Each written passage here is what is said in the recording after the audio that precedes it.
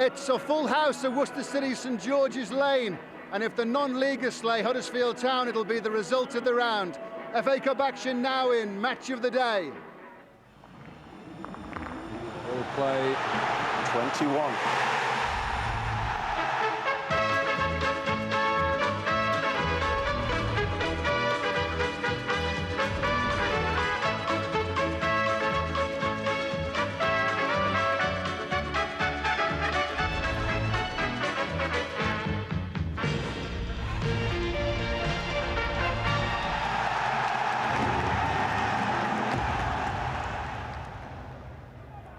Worcester City have been playing here for over 100 years. They haven't got this far in the Cup, though, since the early 80s. They fancy their chances today, though, and the older Worcester fans are reminding the younger ones about the greatest Cup result in the club's history. It was in 1959 that Worcester City played and beat Liverpool, a result that led to Bill Shankly's arrival at Anfield. The current Worcester side are hoping something of the spirit of the late 50s will be in the air today. And no need to remind League One Huddersfield that ties like this are very dangerous. Another non-league club, Accrington Stanley, dumped them out of the FA Cup the year before last. They didn't enjoy that experience in front of the Match of the Day cameras.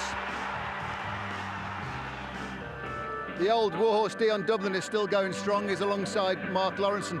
Will it focus Huddersfield Town minds that they got beaten by Accrington in the Cup a few years ago? Yeah, without a doubt. I'm sure the manager, Peter Jackson, has reminded them of that and said, listen, let's keep it tight for the first 15 minutes. You know, it could be a slippery slope for us, but let's just make sure that it doesn't happen again and focus on keeping it tight at the back first and foremost, see if we can nick a goal, and then we can settle our nerves a little bit.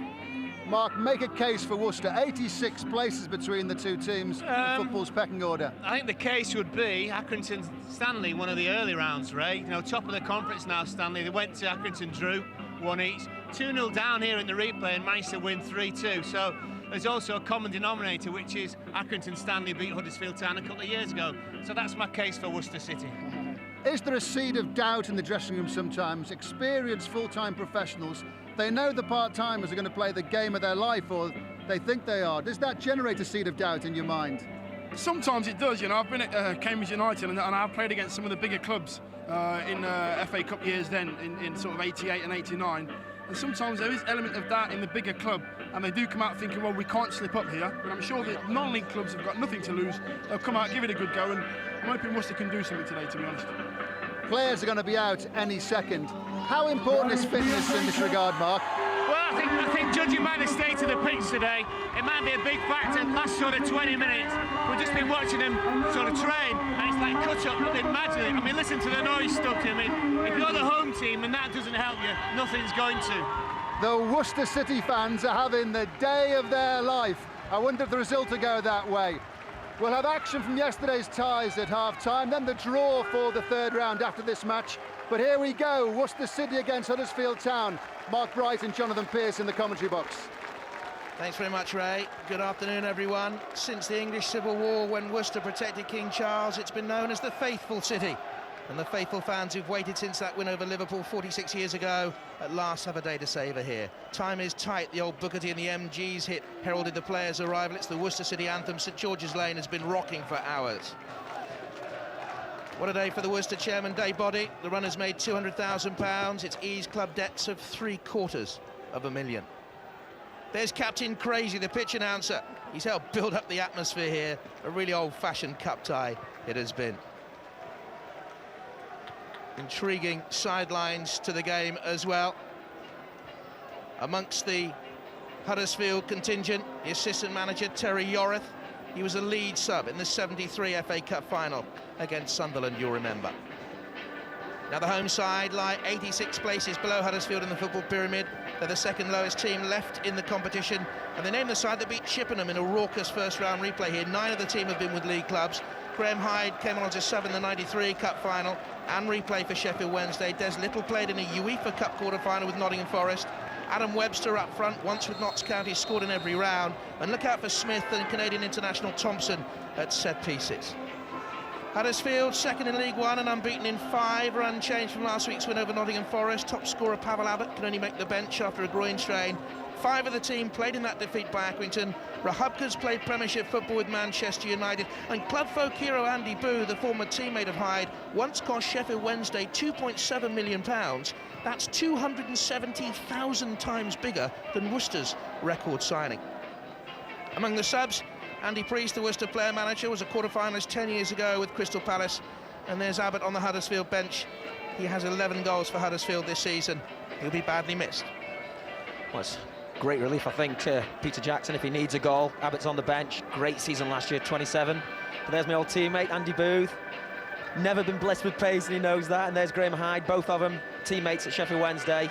But Booth's a real problem, a real threat in the air, and they need to mark him closely. Graham Hyde, just a real pro. He'll get the whole thing going, get the tempo going, which is really, really important. We were down here to see the Chippenham replay, and the atmosphere created by this crowd here, the small crowd, it was absolutely fantastic. The pitch won't help Huddersfield, but there's Stuart Lambert, the groundsman of Worcester, who's done a splendid job to get this game on. The pitch has been covered since Wednesday, but they've had 5 inches of rain here. He's worked tremendously hard, with assistance also from the County Cricket Club, and the Worcester Grammar School boys have been here to help as well. Well done to them. Really old-fashioned cup tie atmosphere. When we were here for the Chippenham tie, young lads like that were literally hanging in the trees to see some of the action, perched on rooftops. Not since that Liverpool tie in the late 1950s has Worcester City had a game like this. The referee, Ian Williamson, gets us off and underway with Huddersfield in the red and black stripes, kicking from left to right. Worcester kick towards the canal end. If the ball goes high behind the goal to your left-hand side, it'll be lost amongst the muddy waters.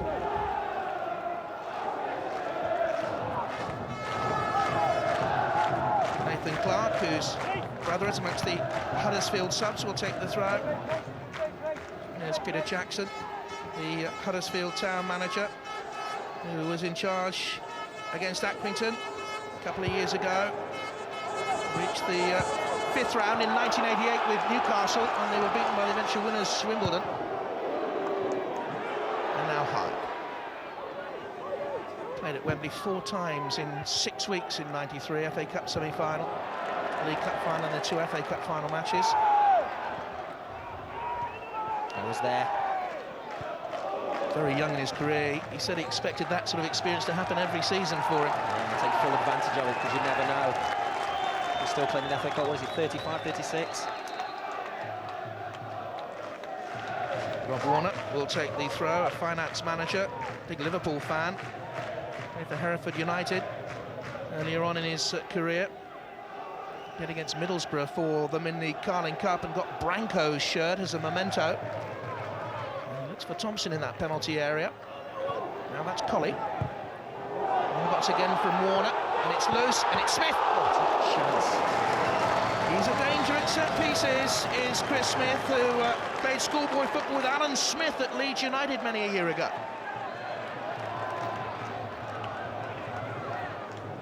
Murphy. He's looking for Brandon, whose pace will be a trouble for Worcester. He's a tricky player. He finds Holdsworth.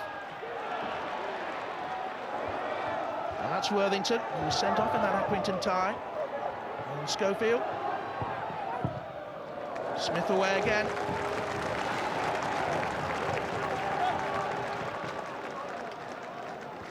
Challenge made by Rob Warner. There's Smith, who has 3 goals this season. Came out of league football and went to Stafford and became a plasterer by trade to augment his income. He said he found it hard in a normal day-to-day job. Headed away by Little. And that's Leon Kelly away for Worcester City.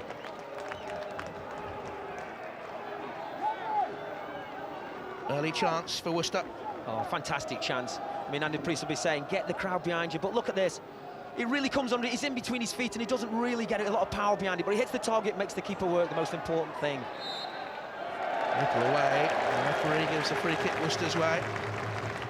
I mean, that's the ideal start, Andy Priest was saying. Get the ball in the box and just create a little bit of havoc. And we saw against Chippenham, he's a threat from set pieces. He's very good with his head, and I suppose be wishing it would have fallen on his head as a chance. His foot there. Mark Jurgen Klinsmann and Papan when he played for Nottingham Forest against Bayern Munich in the UEFA Cup quarter-final. Plenty of experience. Bears played against him loads of times. And he's saying that hopefully this could be a route for him back into league football. Huddersfield there played one league game for Manchester United. Against Leicester it was in 2001. Free kick Huddersfield's way. Challenge on Brandon.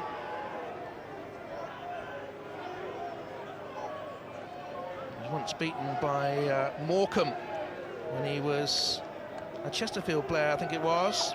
Bradford City fan, played for Bradford Park Avenue.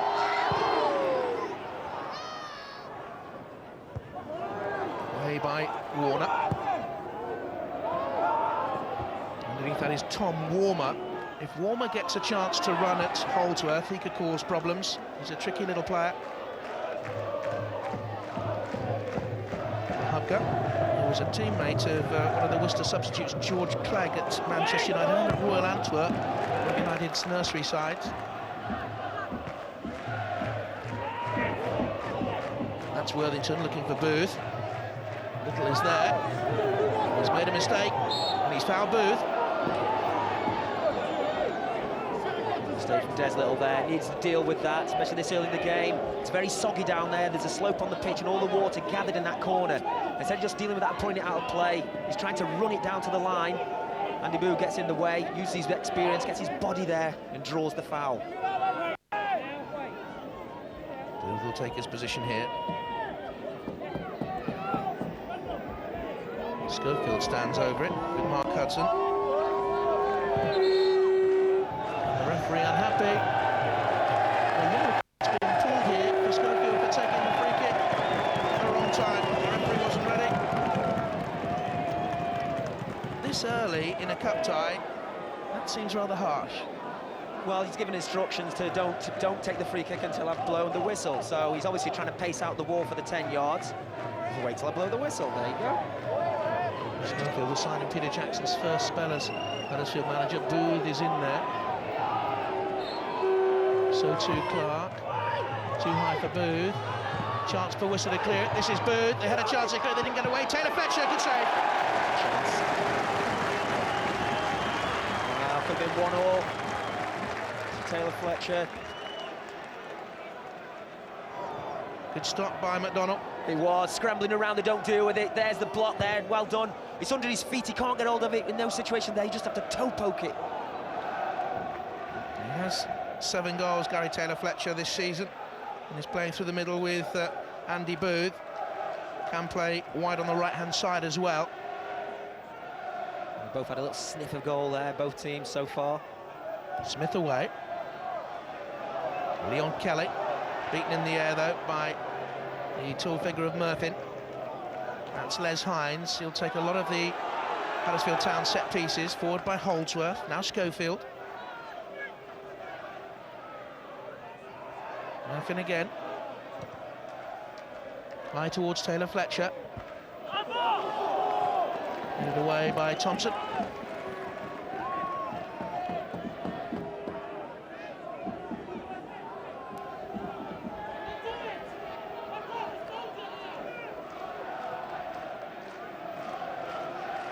Up goes Kelly. Murphin heads it out. Another Worcester throw.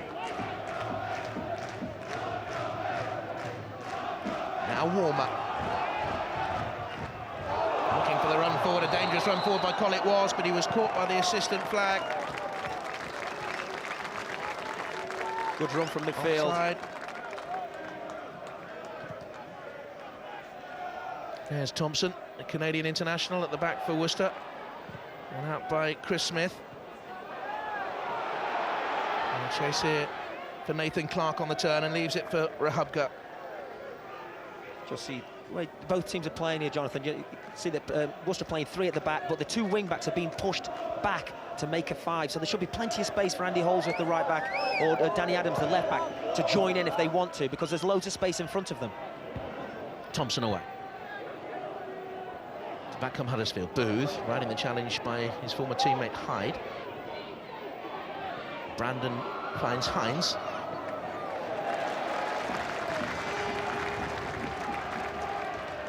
Danny Adams crossing from the Huddersfield left-hand side, looking for Andy Booth.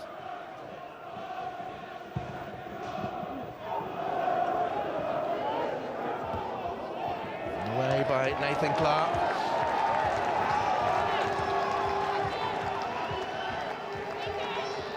Andy Priest looking on, once famously scored for Stockport to knock out Queen's Park Rangers when they were riding high in the top flight. In fact, he was a candidate for goal of the month that year. Webster scored 7 goals in 7 cup ties this season. Colley, cross in from Warner, and he was looking for Leon Kelly. I thought that was a corner. To the corner. He was quite impressive against Chippenham, wasn't he, when he got the ball down and ran at people. And you can see he just tried to get ahead of the defender, just in first. It's good defending, that is. Murphy, just getting his body in the way. He looked more impressive against Chippenham when he went out to a wider position. Yes.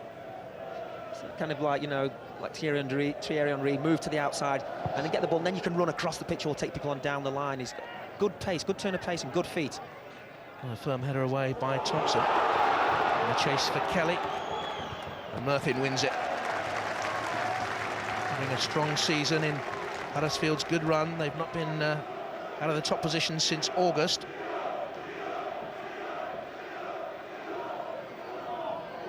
And the long throw will be taken by Rob Warner.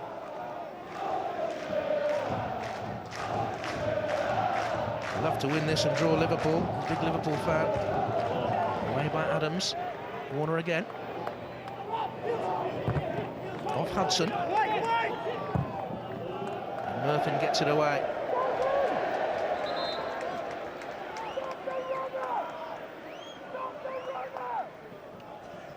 See Adams winning that header when it come into the box. The most important thing for Worcester is he must pick up that loose ball what gets headed out. Get the 18-yard box surrounded and pick it up and keep them under pressure. Warner again. His brother used to play Mike at Northampton. On by Thompson. Oh, and the goalkeeper's lost it but was fouled. And unhappy with the challenge by Webster.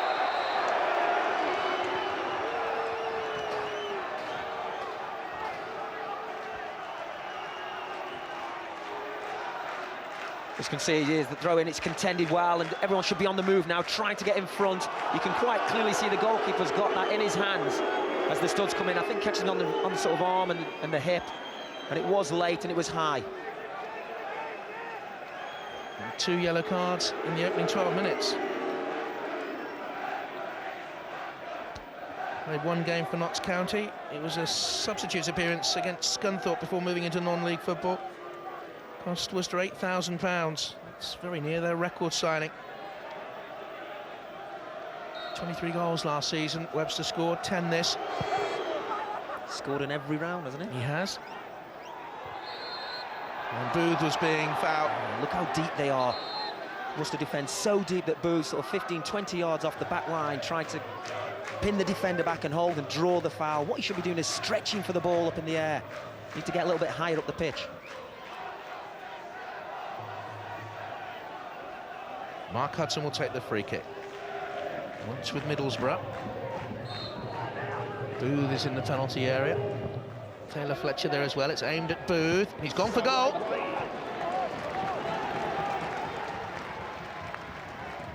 Again, Danny McDonnell, a busy goalkeeper. Got down well to push it away for the corner.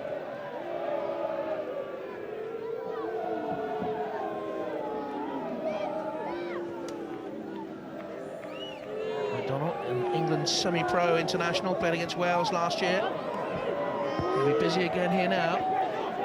Booth is at the far post, it's taken short. This is Brandon, off Hyde. With the aerial threat that Huddersfield have got, you know, people like Andy Booth and Murphy would want that ball into the box, get the ball into the box, and they've already created 1 opportunity by putting it straight into the box. Schofield again with it. Clark is forward and Murphy. That's Clark, but it's headed away firmly by Kelly. And out by Warner. Warmer got a touch. And forward by Andy Holdsworth again. Out by Little. Smith clears to Kelly. The Huddersfield are pressing Worcester back. Very deep now. This is Brandon. And Worthington foul.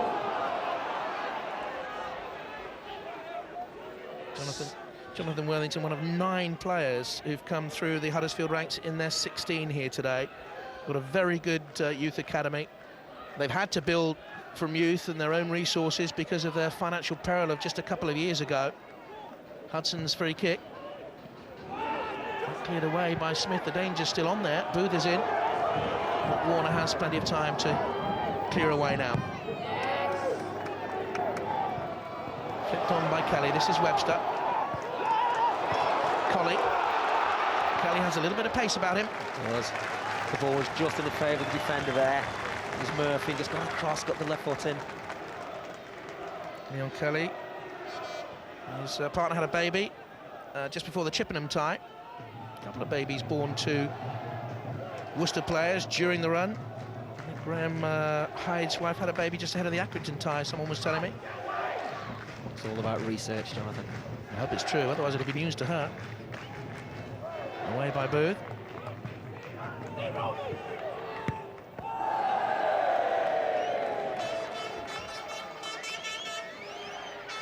Just a little bit of composure in that area there. The ball's bouncing, it won't go out for the corner. So get it down, get the ball down and just try and play it off somebody's shins or fake the cross and come inside.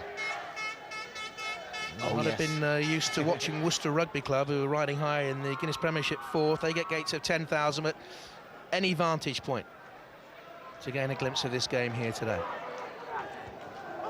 This is Hyde. Murphin looking to see if anyone's coming. Kelly is. He's got a hat-trick in a league game recently. 7 goals this season, Kelly. Warner will take the throw in again.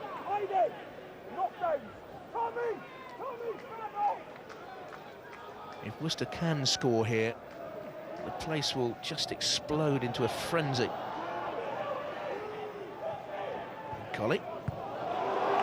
And here's danger for Huddersfield. Worthington went to close, the cross still comes in, and it's looking at Smith.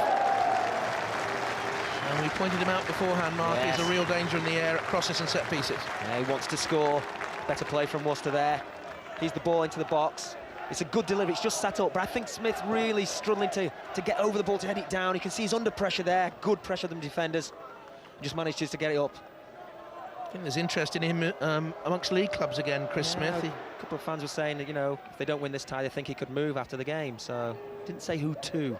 He was a schoolboy at Leeds, started at Reading, in professional ranks, didn't make it there and went to York. There's Danny Adams.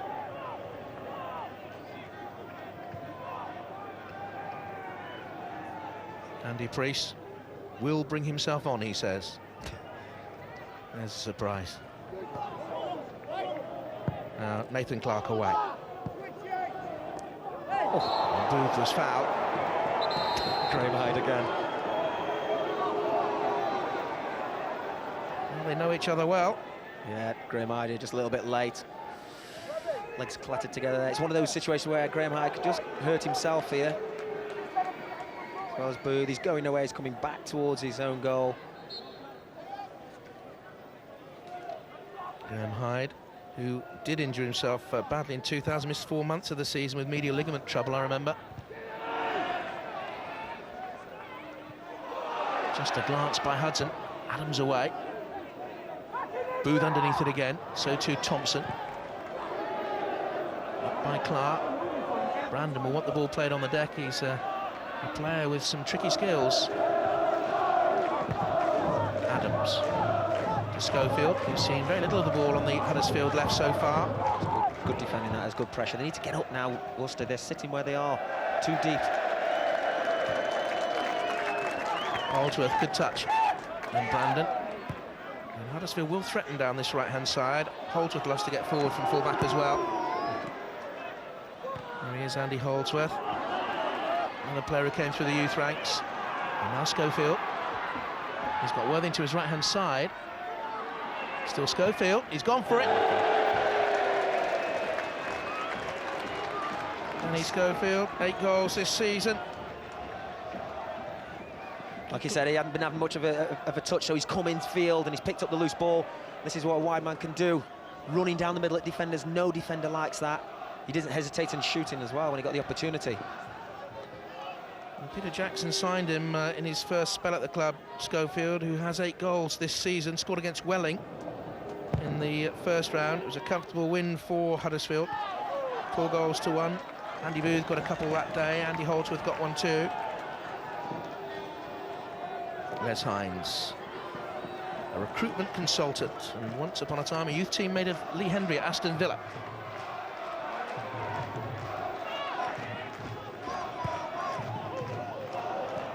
Tall ball in, Schofield, handball by Graham Hyde. He's using all the old tricks. Did you teach him that one? Didn't teach him handball, no. Got to be careful though.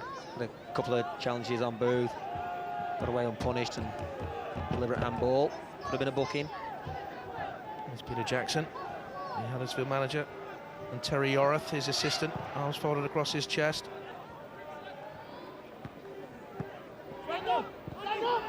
Brandon Holdsworth, Worthington, tackled by Hyde. Taylor Fletcher closing in on Hines. And Clark. Adams, steady left back for Huddersfield. Murphy.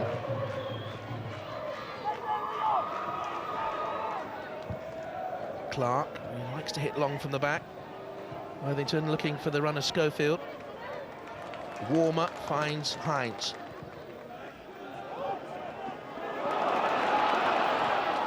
Murphy was in 2 minds. Did the right thing, you know, the conditions, and you don't want to touch that back to the goalkeeper and it bobble. So he dealt with it as he saw it. Playing the conditions, it's a little bit sticky.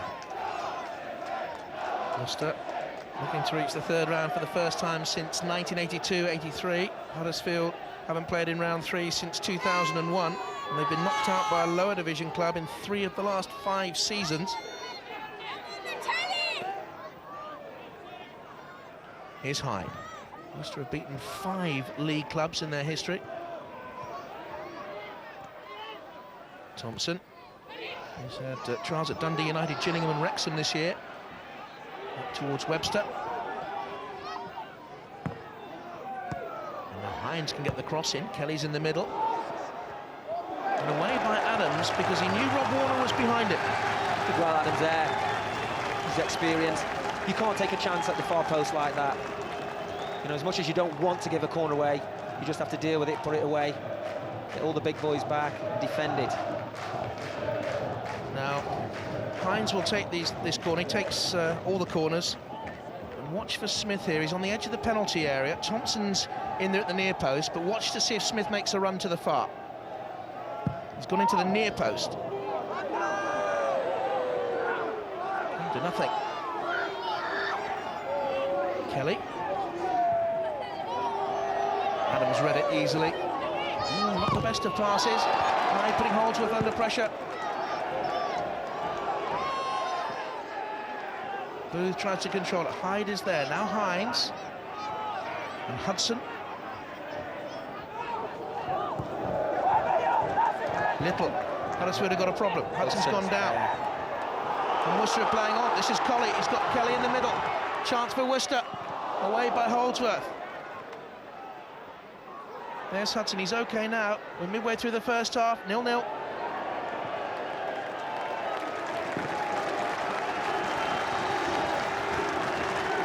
Okay. He stayed down at the start, and I thought that they wanted the ball, Huddersfield wanted the ball knocking out, but he seemed to be getting to his feet, and Worcester did the right thing, just play on. Away by Little. Colley's in there. Now Hyde. Foul.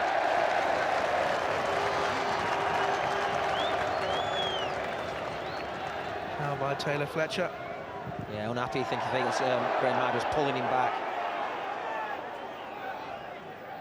Smith. See, you just need better service from that situation. You know, you're not giving the strikers a chance, really. Everything's straight over the top, and, you know, you need to get some things into feet and get some confidence by working the ball around.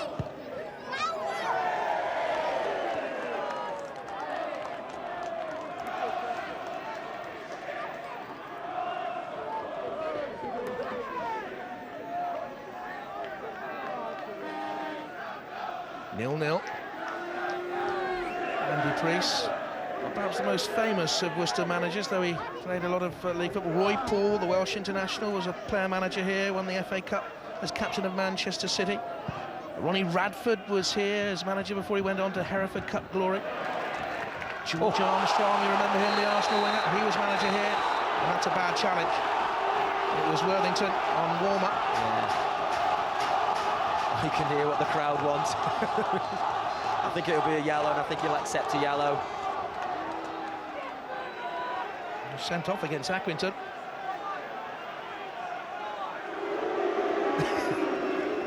No, general disappointment from the crowd. We saw us sending off against Chippenham, and it's celebrated like a goal. You can see he comes in here late. Nearly takes two of them out as well. You can see that's quite high as well. And dangerous. Worthington booked, third booking of the game. Thompson was forward, and Rehoboth had to come and claim. The challenge was by Kelly. Yeah. Good play from the goalkeeper. Everyone else is responding around him. He's got up and got on with it. You say, Mark, there isn't an undercurrent of ill feeling growing. It's a grumbling. Cup tie. It's a cup tie, isn't it? That's what you expect. Everyone's got to compete here. Draw for the third round follows this. Live right here. On by Webster. Now Colley. Hyde.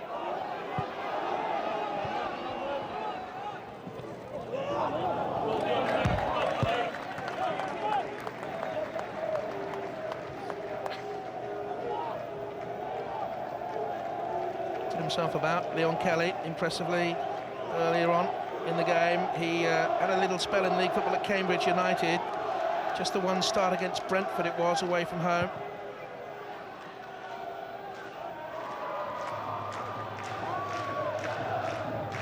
Schofield plays it back, and too long from Andy Booth.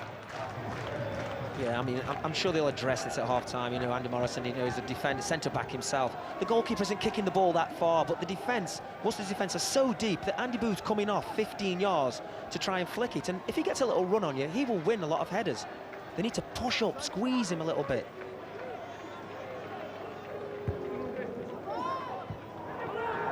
Here's Hyde away. On by Colley, and again, the chase for Webster. Oh, he's gone for it. Well, he has 68 goals for Worcester from 174 appearances. Confident striker. We didn't do anything against Chippenham, we have to say, Mark, but scored the winner. That's what I was saying. I was looking and I thought Kelly was the most impressive forward. But then, you know, you look at Webster, he scored in every round and he came up with the goods. And those are the kind of things that just sometimes catch a keeper just unawares. Just a shot from wide like that, way out. This is Warmer, who hasn't had a chance really to bring the ball down and play. It's an unpredictable playing surface. Cleared by Murphy. Into the Brookside stand. Caught by the unpredictability of the bounce, I think. See how close to the touchline the fans are. Yeah, pat on the back, son. On by Thompson. This is Hyde, chance. Good block it was by Clark. And away by Adams. Now Taylor Fletcher. Little is there with it.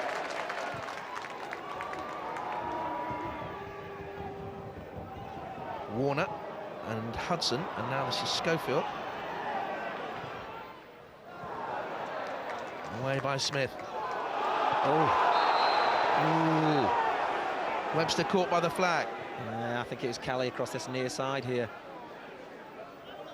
You can see that the pitch is cutting up in Worcester's half, and it's not benefiting Huddersfield. They're trying to play it across the deck. Holdsworth. over Thompson and Booth. Little is there to clear it away. He's finished third in the Premier League with Nottingham Forest. Hyde out.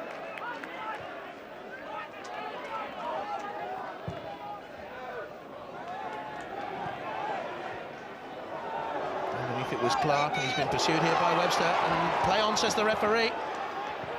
Kelly's at the far post. Away by Murphy.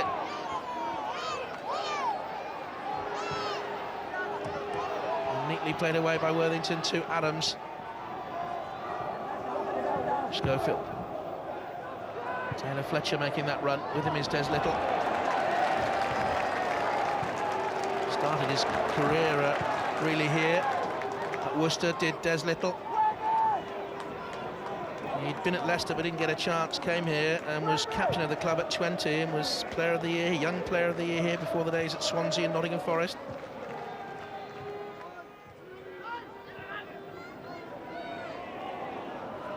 Brandon, brought down by Hyde. Yeah, I think that's third time unlucky for Graham Hyde.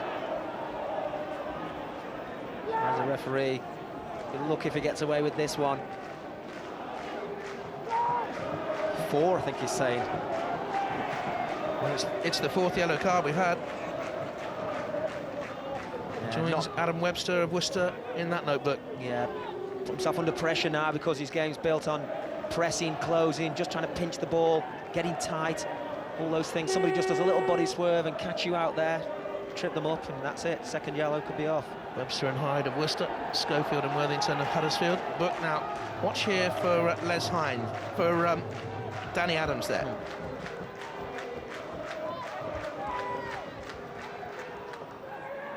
Goalkeeper lining that wall up. Danny McDonald, but Adams is strong with set pieces, and there he is. Ooh, and it bent and it curled and it dipped. Wasn't much in it, was there? Wasn't much, you can see here. Keeper's just hiding behind the wall. Comes up and down.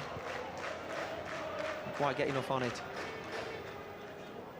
Hasn't scored for the club. His last goal was for Stockport against Hull. It was a fierce drive that day, back in January.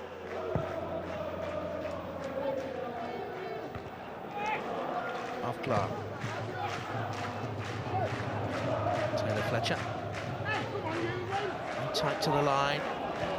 Now Thompson forward. Flag stayed down. Offside. Clark to Hudson. Holdsworth. Warmer made the challenge. Deferred yesterday by Andy Priest to George Clegg, who was on the bench, former Manchester United player. What's he thinking, Mark, do you think, Peter Jackson? Well, that they haven't created enough, they haven't got the wide men involved, the fullbacks haven't had enough of the ball. And I think he's thinking if you can get the fullbacks forward, or get the wingers in play, you know, Brandon, who's obviously got good skills, and Schofield. Yeah, he's not happy with that. When he arrived at the club, first of all, in October '97 as manager, he played for Huddersfield. They were bottom, he kept the club up, and he also collected a conference championship medal that season. He was a player at the start of that year with Halifax. 2 spells as manager, and nearly 200 games as a player for Huddersfield. Peter Jackson. Doing a fantastic job at the moment, isn't he? So he's bringing the kids through as well. Forward by Smith, offside. Not much in that. Not much in that. Good organisation from the defence. Huddersfield just pushing up and squeezing. Has been lacking a little bit of quality from both teams. You can just see just lazy on the way out for the striker. You'd expect him to score with his striking rate. You'd expect Huddersfield to score. They only failed to find the back of the net once in 33 games. It was against Bradford City. Smith. Yeah. And here's Taylor Fletcher. Worcester City just switched off there momentarily. Brandon was in there. That's a very good chance. It was a good chance, as you say, just waiting for the organisation there to happen, the wall to go up, and they took it quickly. Caught Worcester out. And this is what sometimes happens. This is where Taylor Fletcher cuts inside, just floats a nice ball up. He gets a touch on it. Not enough. Got to be alert at all times. You know, the two managers, I'm thinking Andy Priest obviously must be delighted, you know. Got just over the half hour, no goals, had a couple of opportunities and reduced, what, Huddersfield to one effort. Holdsworth, but it was blocked by Hyde. Webster to Hyde. And the flag stayed down. Kelly would have been onside, but from here he looked way off, and now the flag. How late is that? That's delayed reaction. I mean, the rule is, you know, better to be late than not at all. And we clearly saw from our position here, Leon Kelly was way offside. Sort of decision that frustrates a manager. Taylor Fletcher. This is warm-up.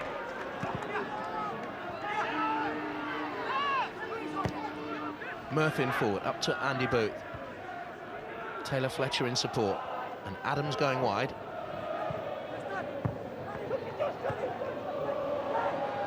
Taylor Fletcher again, Smith out.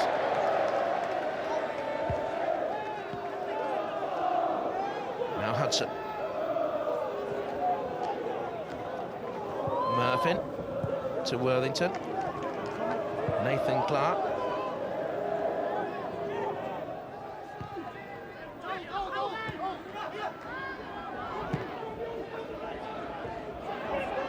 Now Brandon. And Hudson picks it up now for Huddersfield.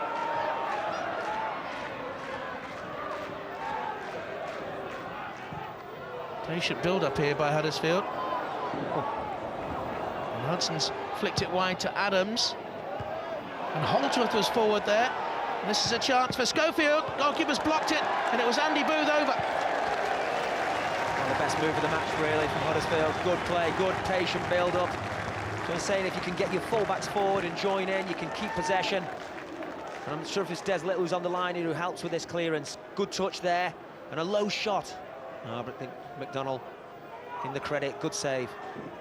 Head down, keeps it nice and low. Oh, I think Des just got a little touch to that. Booth trying to do the acrobatic kick. That's better play, a lot better play from Huddersfield. There's 4 goals in his last 4 games, Andrew Booth.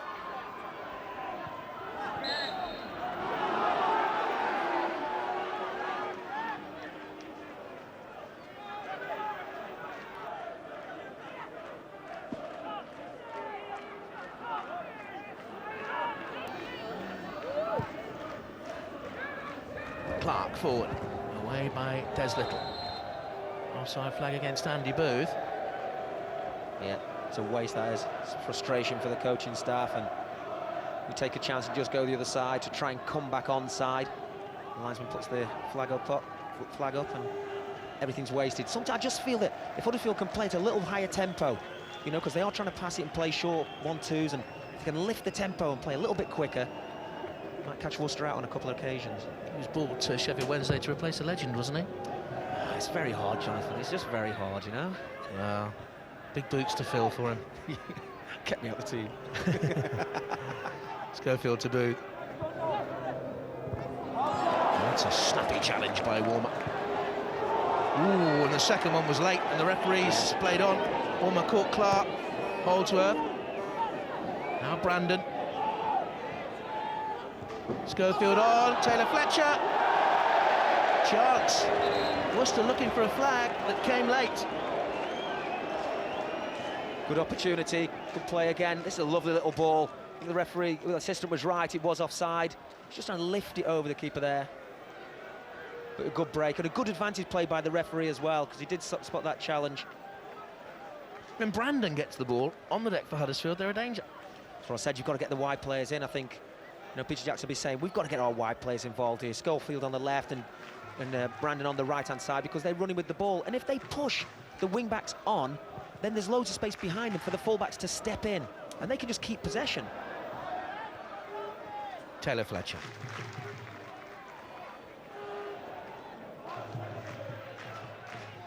And Murphy. Brandon calling for it. Couldn't control it. Hines to Warmer, and a chance for Worcester here to break. Les Hines. No one in the middle yet. Only Nathan Clark.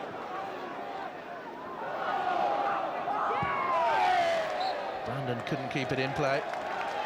Les Hines, he just had his hand on his head there. He was just thinking, you know, there's a little bit of panic stations. I've got up here, I must put it in the box. Just take your time, keep hold of the ball. You're virtually on the edge of the 18-yard box, no one's going to tackle you. He was promoted to League Football with Kidderminster Harriers and won the FA Trophy with Hensford a couple of years ago. Last year, I think it was. Now Smith. Warner, strong challenge on him by Adams. And now Worthington, who's used the ball well. Smith got back. Good play. Very good defending. I think Hudson's a little bit annoyed, no one shouted him there. Chris Smith, one of 5 summer signings made by Andy Priest, who lost a fair few defenders at the tail end of last season in the close season. Paul Carty, Carl Healy were here, and Hoyle and Harry Woolley all left the club.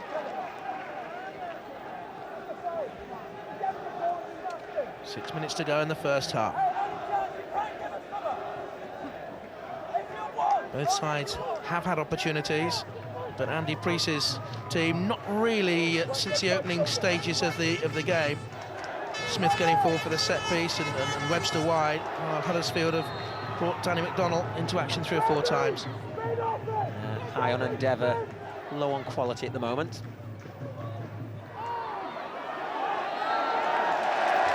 That's a good opportunity now. I say coming up at half-time, the thoughts of Mark Lawrenson and Dion Dublin in with Ray Stubbs, and later on the FA Cup third-round draw. Will Worcester be in there? One or two of them dreaming of playing Manchester United in the third round. That's an easy save for Borough Hub Cup. Les Hines, number 3. He's got a good delivery. We saw him here in a ship and he put the defence under a lot of pressure with his deliveries, but that's just too easy. Just too easy. You have to keep it away from the goalkeeper. Hudson, who's been picking the ball up off his back 4 throughout the game. Now Clark. Easy for Smith to deal with. Colley. And Worthington was there, and he's mopped up anything that's been loose in that middle third of the field. Clark. Away by Smith. Schofield challenged, and it's broken here to Worthington.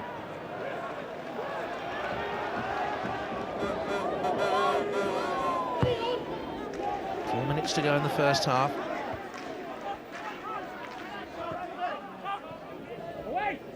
Don't think there'll be a great deal of stoppage time. There have been the 4 cautions. Worthington.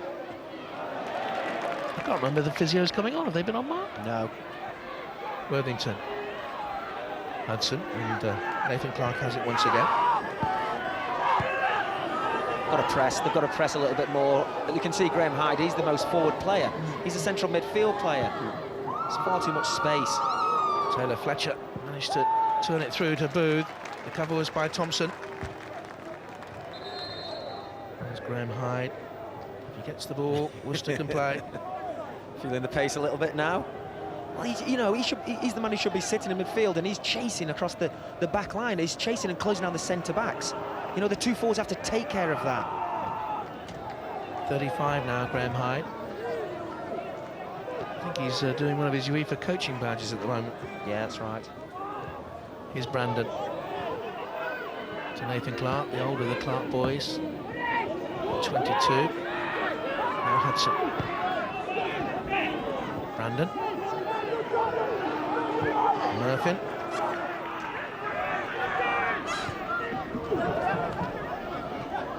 Clark, who's still forward on that right-hand side. Now he's just jogging back. Here's Hudson now for Huddersfield.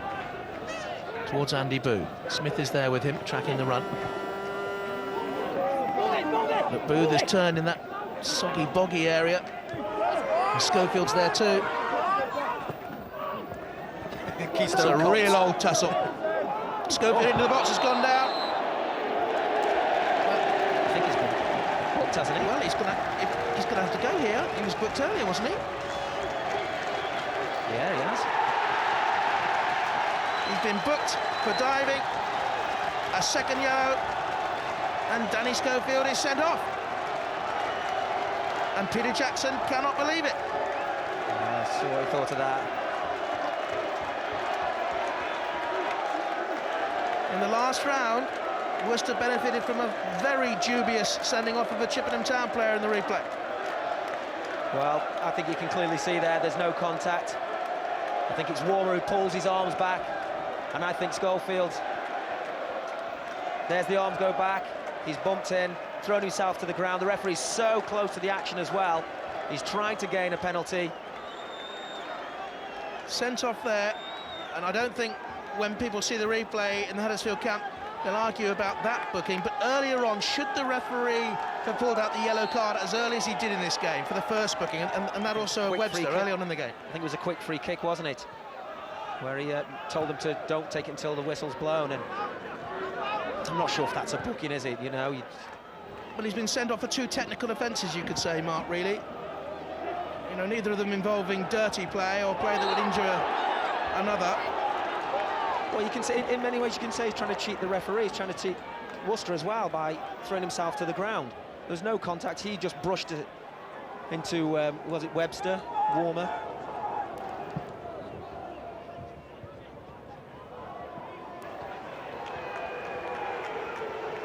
Well, it has added a sting to the end of this first half. And Huddersfield will play with 10 men for the remainder of this game. I think he'll have to make a substitution at half-time. I think he'll leave Booth on, that's for sure, as the target man, trying to win some free kicks and hold it up. And just go 4 across the middle. And, you know what, it's a tough enough task as it is with the pitch and the conditions.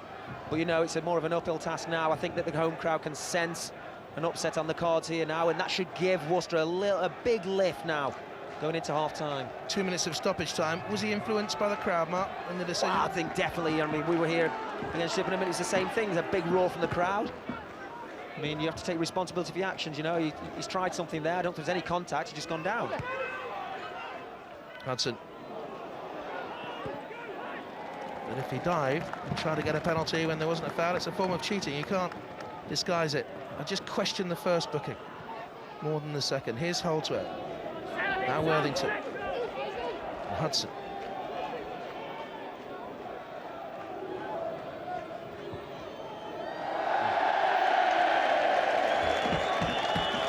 The pitch didn't help. Webster for Worcester. And Hines. Deflected to Worthington. This is like deja vu for Huddersfield. He lost a player at Altrincham. Well, he's got to be really careful here. Really, really careful. Worthington just pointing that out to the referee. You know, the last thing you want going into half time is the referee to balance it up by sending off another player. Clark to the edge of the box. 30 seconds of stoppage time. I think Smith wants the goalkeeper McDonald to come out and get that, but I think he should deal with it. It's in front of him. Booth's like 10 yards away. Just go and deal with it and shape it down the line. Booth is one of the handful of players in this Huddersfield side who played in that game at Accrington when they had the player sent off. And it is like history repeating itself. I think everything's against you, don't you? And you know they've settled down and played some good football, Huddersfield. You know, as I said, they've got a good shape to their team, got lots of width, and they keep the ball. And it's very sticky in that Worcester half, and you know they've still managed to keep playing. They haven't carved out any really good crosses for Booth to attack. Here's a chance for Worcester to attack. Colley. Adams is there, and so too Brandon. And now Hudson. Since the departure of Schofield, Brandon's gone to the left-hand side, and Huddersfield will want Holdsworth to get forward on the right from full-back. Now that's Warner to Kelly. Only 3 minutes of stoppage time play. Out of play from Nathan Clark. Good persistence there from Kelly. Couldn't quite get hold of the ball and get it down, and in a frustrating half for him. No real service. Everything's been a chase for him, but he's got to keep battling away. Something will happen. Warner with the throw. On by Thompson. Worthington tried to clear it away, closed down by Warmer.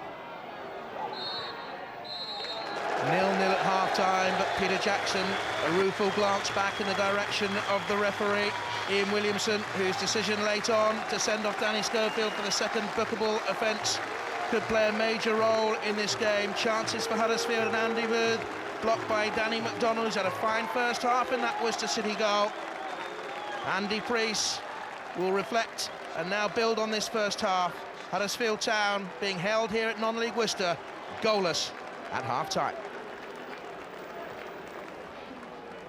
Talk about the sending off in a second, but overall, balance the first 45 minutes more? Well, I think Worcester started off really well. They had the chance in the second minute through Smith, and then I think gradually you felt throughout the first half that Huddersfield, with a better football, better approach work, started to take control. But now, of course, with Schofield going and getting himself sent off, it's completely changed the game again, really, maybe arguably back in Worcester's favour. Dion, what's your reading of it? Did Huddersfield really believe in themselves early on? I thought for the first 25 minutes they were very tentative with the way they played. They launched it far too much towards Booth, I thought. In the last 15 minutes they've got it down and they've played and they've looked the much better side, you know. And to me, Worcester looked a little bit leggy because Huddersfield were passing it about, looking the better side. And I think if they do that, they're going to win the game quite easily. But they've got to know that, and the manager's got to tell them to do that. The sending off could well be the key factor of the game now. Yeah. Right decision, wrong decision? Well, there's the first yellow card first of all. I think this is really, really harsh because, all right, the referee's saying wait to blow and whistle, but he just wants, it's Huddersfield's advantage. He wants to take the kick quickly and try and score. I just think that's daft for me, and that's so early in the game, Ray. And then this is the second one, so they're both technical, you could argue. Is it a dive?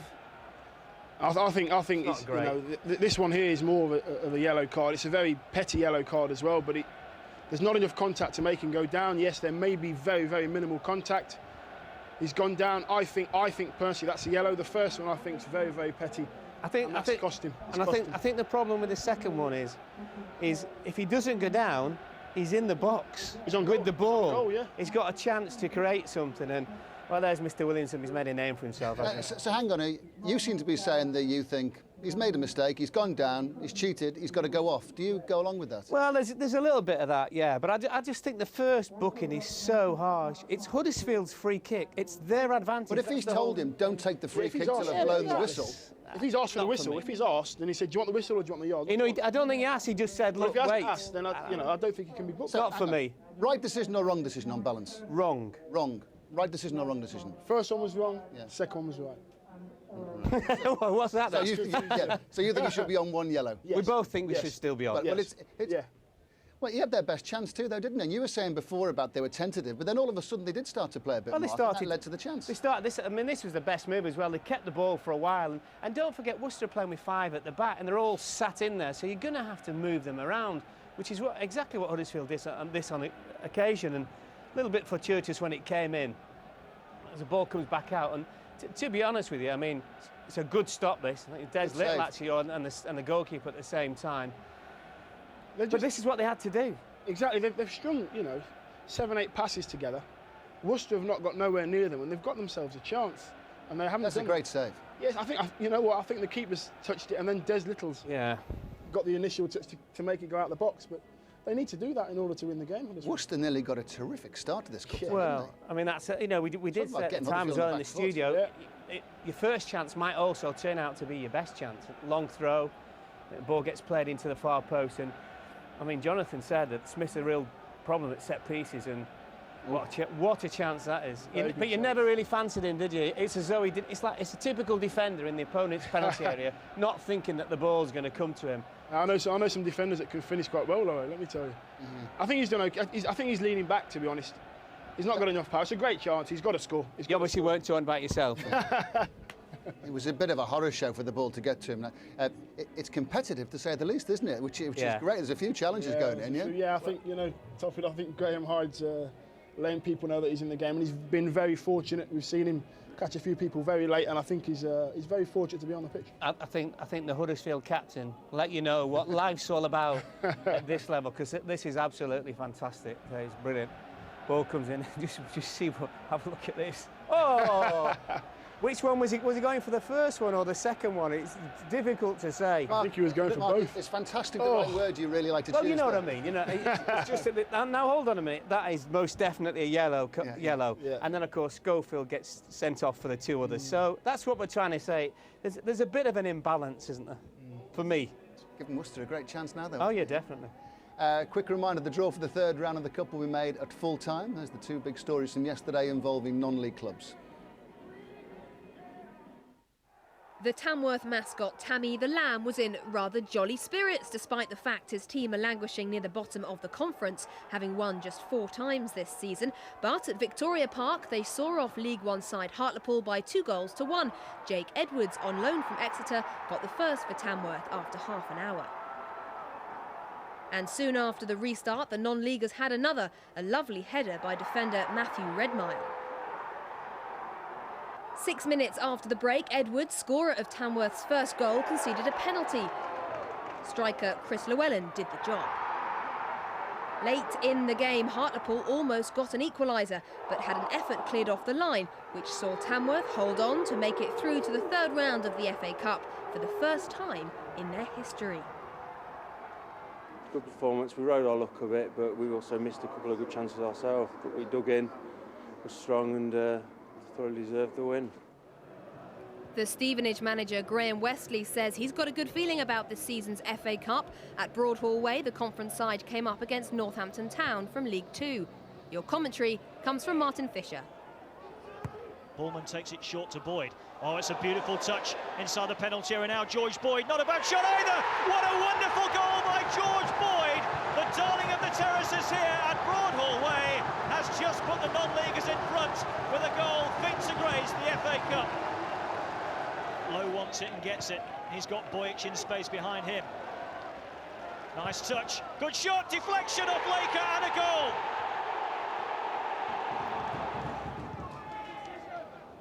Flag stayed down. Kirk is after it for Northampton. Sent crashing down to the floor by Laker and penalty is given. 8 goals so far this season for Scott McLeish. Deadly accurate from the spot. Well, something's going on by the benches. Well, this is what happened, and it's Lionel Perez, the goalkeeping coach of Stevenage Borough, putting his fingers into the eyes of the man who's grimacing in pain still. Here comes Elding, chance to level it. Elding for Stevenage Borough, and he's scored. It's a sucker punch. Northampton Town were in front for less than a minute. And straight after the second half of this Worcester-Huddersfield tie, we'll hand over to FAHQ in London for the third round draw. Cup holders Arsenal, Premiership champions Chelsea, Manchester United, European champions Liverpool, all in the draw, plus Dion Dublin's mighty Leicester City, and of course, Tamworth. Good afternoon to Tamworth player manager Mark Cooper. Terrific day yesterday, congratulations. And what did you say to your team before the game? Because you'd beaten Bournemouth in the first round, you felt as though you were equipped to win again? We just said to the boys, go and enjoy it, you know, because they don't get that opportunity very often. And it was a great day for the club, and we just asked them to go and enjoy it, keep it tight for 20 minutes and see what happens. I have to say, you're a successful manager in your own right, but we can see your father, Terry Cooper, absolutely there. The genes are going well. How's your dad? Is he all right? He's fine, yeah. He's over at Southampton at the minute, so he's good. So, the way the game went, you looked well equipped to match them in every department. Yeah, obviously they started off well, had a good spell. We weathered that, managed to get the first goal. There's your first goal. Yeah. Young Carl Storrs put the ball in then. Jake Edwards, who's obviously on loan from Exeter, played at Man United last year for Exeter, got the goal. The second one, big centre-half, Matty Redmile, great delivery, good header. A decent party last night? To be fair, I think it was more of disbelief, you know, on the coach on the way, and we couldn't believe we'd done it, and you know, it was a great journey home. I think it's time to ask for a new contract, isn't it? Funny you should say that, Mike. Get in there. I'm just wondering, sort of, who you really would like in the draw for the third round? Is it Leeds United? Personal point of view, yeah, but I'm sure the chairman would say Man United, Chelsea, Arsenal, Liverpool away from home, because, you know, obviously that safeguards the club's future for 3 or 4 years. So that's what we'll be looking at. And you're still part-time, aren't you? So we're part-time, yep, in the conference, and we train twice a week, so it's a great achievement for the players to go to 2 Division 1 clubs and win. Congratulations. Just looking ahead to next week now, on Friday night, live from Leipzig at 8:15. The World Cup drawing, and we'll discover who they play in the group stage of next year's World Cup finals. That's on the Friday. On the Sunday, we'll discover something else.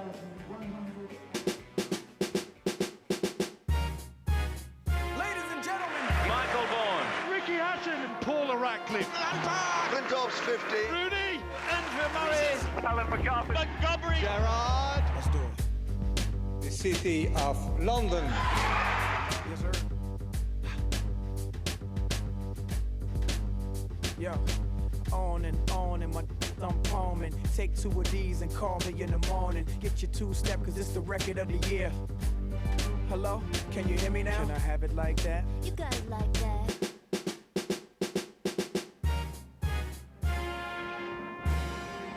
To vote for your sports personality of the year, call 09011 121314, text to 81111. There's the email address. Next Sunday, sports personality of the year. And today's cup tie here at St George's Lane isn't the only big sporting event taking place in this area. At the racecourse a few miles away, they went to post for the Leukemia Care Christmas Fun Run. Commentary on the closing stages from Jim McGrath. All I can see is red and white. It's everywhere, a sea of red and white as they turn into the home straight now. Straightening up now for the judge, and it's Father Christmas showing out here from Father Christmas. Olsen Nick the outside. Father Christmas and Father Christmas fighting it out here from Santa Claus and Olsen Nick. It's a ding-dong struggle. Father Christmas out in front here. Father Christmas from Father Christmas. Father Christmas, they go to the line, and it's Father Christmas who wins it from Father Christmas, followed then by Father Christmas. And you can bet sleigh bells to a mistletoe. That's the 1, 2, 3. So the full SP, first Father Christmas, second Father Christmas, third Father Christmas, 3 non-runners, Father Christmas, and Father Christmas. There were in fact 600 runners, and a lot of money is going to be raised by that event, the 10:30 at Worcester. Terrific that, wasn't it, Mark? All those Father Christmas raising a lot of money. Seems to be an underlying theme there, so I'm not sure it was. Mark, what did you make of the sending off, by the way? Because we're saying now that those 2 yellow cards is now going to be the key factor of the game, and that's going to give Worcester every opportunity in the second.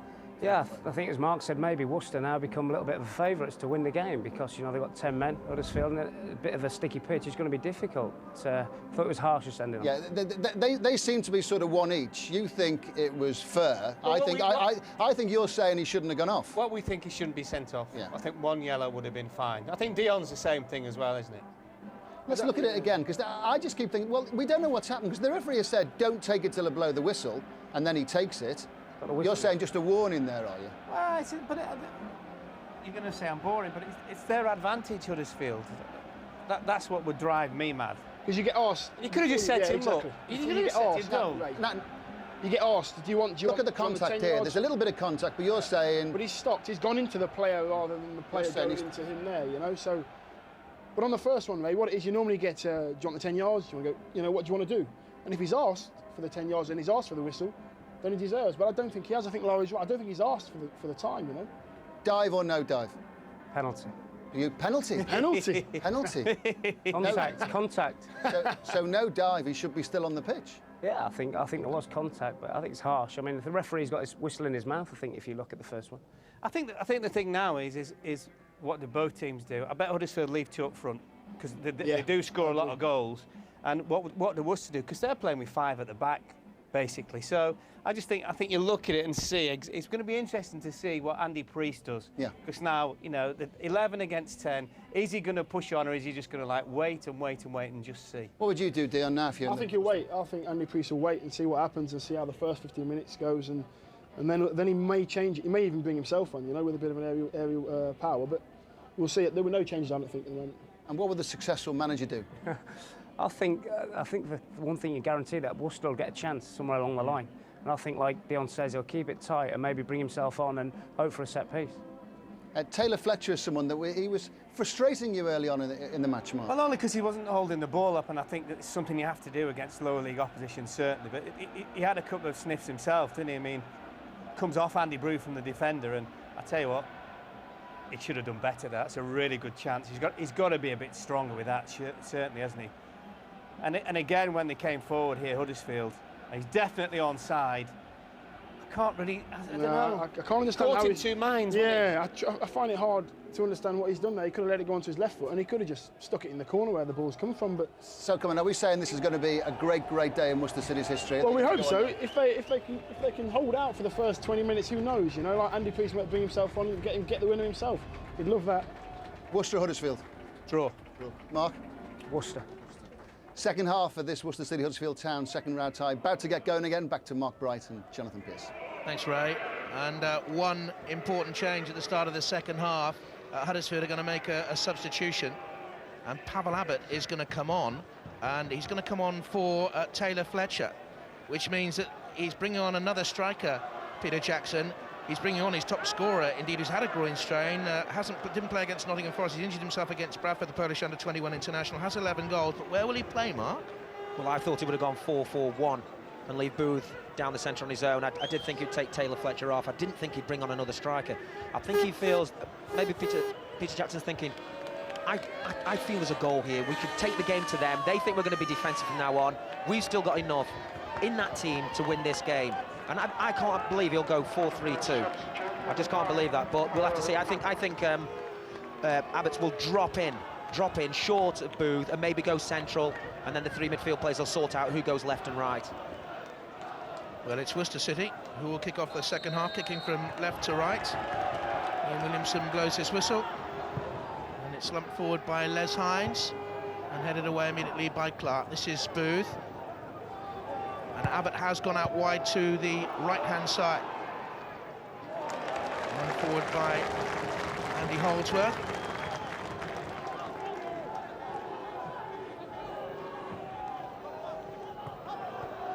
Here's Abbott. Holdsworth looking for Booth. Brandon has stayed on the left-hand side then for Huddersfield. There he is, to the left of your picture. He swapped over. So Brandon's just come across to the left, and Abbott's the substitute's gone on to the right, and he's joined up with Booth up down the centre now when they've got possession. Hudson. Adams. He was all about non-league grounds. He started at Altrincham Town, Danny Adams. Oh, this is Brandon. Went for goal. And again, blocked well by Danny McDonald. So just on the edge of the 18-yard box there with the substitute, Pavel Abbott. He pulled off. He's at a great angle. It's a good start. Lovely skills here. We said in the first half, didn't have enough of the ball. Little nutmegs there, opens everything up. And that was tight. He needs to blast that low. McDonald played the last time Worcester reached round one of the competition against Rushton a couple of years ago. Been player of the year here for the last 2 years, the Worcester goalkeeper. And at the other end, Adams trying to screen it away and ensure that Huddersfield have that goal kick, and they do. I think it's really important now for the home crowd to just sense what's going on here. They need to get behind the team and raise the tempo a little bit. 4,500 in the crowd. Afternoon getting cold. They're looking for a new ground, actually, Worcester City. They have been for 11 years. There's a site out by the motorway at Nunnery Way. And if they manage to sell this ground, they could use the profits from the cup run to get a new home. Well, it's so important to stay in this competition now. There's the chairman, Dave Boddy, and he's nervous. He's coming for the game. High throw in. Adams got a touch. Worthington's there to give chase. Now Warner onto his left foot. Smith was forward. We know he's a danger. Adams away. Now Tom Warmer. On by Smith. Looking for Hyde. He's come out of the challenge, Graham Hyde, and he's one that's got to watch it now. That's a long clearance away to Pavel Abbott. He's kept his foot, and he needs support, and it's arriving now. Hudson was steaming forward, away by a little. Managed to keep his footing, Pavel Abbott. Couldn't find his teammate. Oh, yeah. Adams has jumped in then on Rob Warner.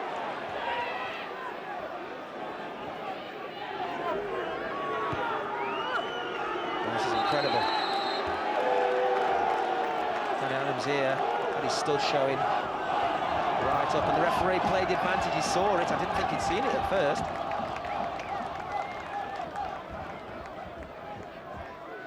Adams' fourth yellow card of the season. Don't think he can argue with this one either. He's been a strong tackler. Always read the game well, but he was late with the challenge. You see, comes in here, foot's up, there, right in the lower back. I mean, that's just so dangerous.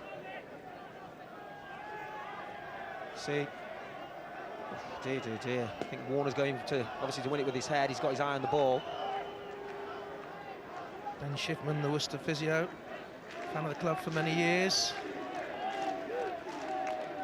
Real family feel to Worcester City Football Club. When you consider how much you pay, a lot of you out there to watch Premiership football, they've had a family ticket scheme here running most of the season. 2 adults, 2 kids, 20 quid a match. And that's good value. Warner's okay. I think he's a key to this second half. Well, you've got to get the ball to him, you know, and Schofield likely in the first half, but they didn't get the ball to the pair of them enough. And they did work it a lot better the second half, in the latter stage second half, but obviously a man down now. You know, as a Worcester player, you've really got to be rallying the troops here, you know. I don't see anybody shouting at you, encouraging anybody. Seems like they're just waiting for something to happen.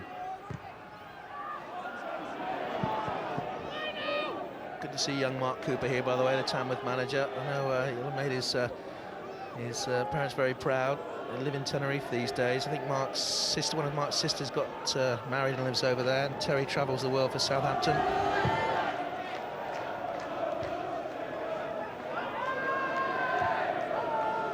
Little header down by Smith.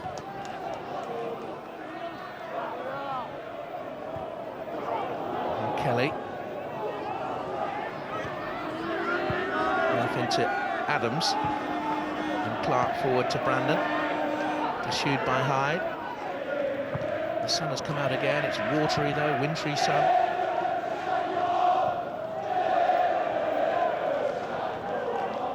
Adams. Hudson, space away on the far side for Andy Holdsworth. Looking for some movement up front, Hudson. Plays it down. Warner will bring it away and tries to dig it forward to Kelly, and he's got the wrong side of Murphy. And Kelly here for Worcester City. Oh, just blocked it away. Clark got across to cover. What a fantastic block. Really was. I thought that goal written all over here. Just a little bit of a collision with the goalkeeper defender here. And Kelly's really strong, stays on his feet. He just puts out the foot. Well, you can see, fantastic block.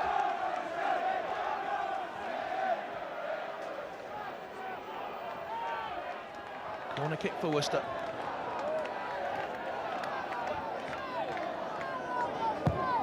Smith and Thompson at the far post. Oh, it's hit the referee.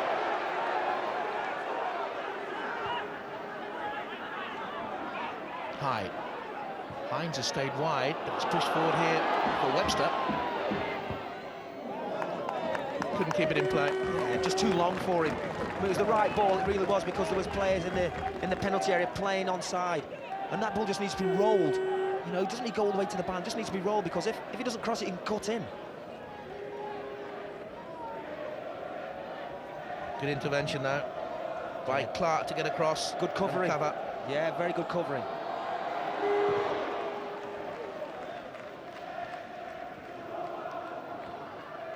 Abbott to Booth. Hudson. Lost by Hudson. Webster and Murphy in there. And Clark again goes to ground and makes a big contribution for Huddersfield Town. But it breaks to Warmer. Away by Murphy. Warmer just rushed that a little bit. Yes. Showing a little bit more composure. He had Warner on the far side. Warner and Warmer. Now Booth to Adams. And Hudson, who's seen a lot of possession during the game. Pavel Abbott. Hudson again. Tries to bring Holdsworth into it. Wasted. Good opportunity again. Got good possession. Big challenge by Clark. Yeah, it's a straight ball, and really, I'm not sure if the goalkeeper, if he's helping the defender, he's so close to him, and as it hits the defender, the goalkeeper's done for, and that's just really good covering.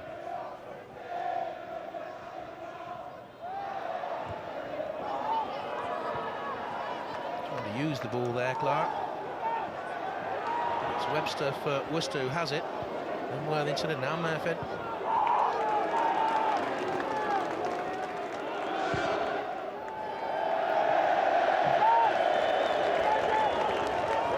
First time Rahubka's misplaced the clearance away. It's a struggle now for Peter Jackson's side, and it's a team that likes to play good football.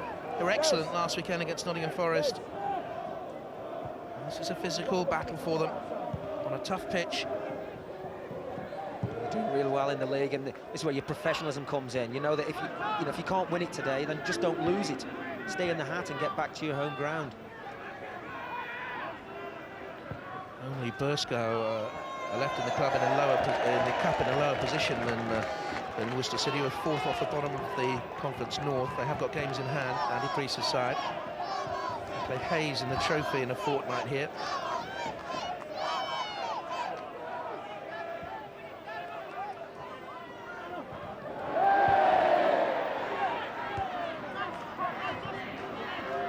Thompson gets it away.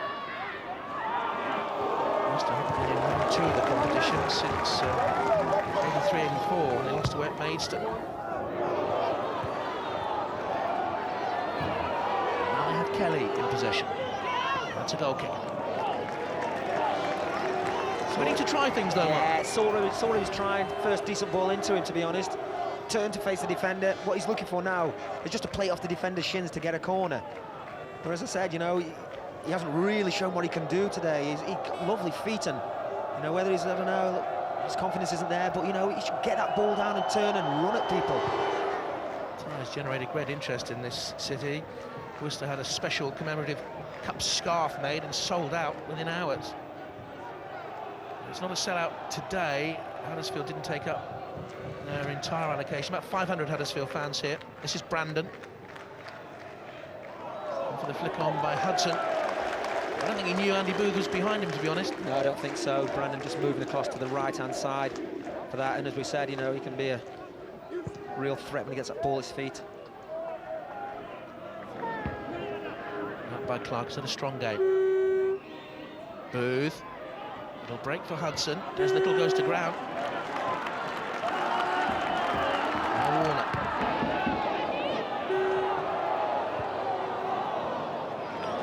See, they play that long ball, and what you really need is you need support, and he's isolated Kelly. He's got no support whatsoever. So as the ball comes up to him, he knows that the right back's just behind him, the centre half's in front. He's stretching to head it. He doesn't think he can control it on his chest, and just has to head it into space. You know, they need to get closer together, two strikers, work as a pair. Warmer forward, away though by Holdsworth. Warmer again. Webster's across there. Murphin's there with him. Right in front of the Huddersfield bench, the challenge made.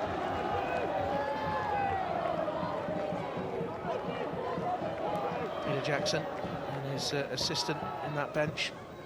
Concerned now. He wants them in possession, doesn't he? Because when they get it down and play, they're a threat.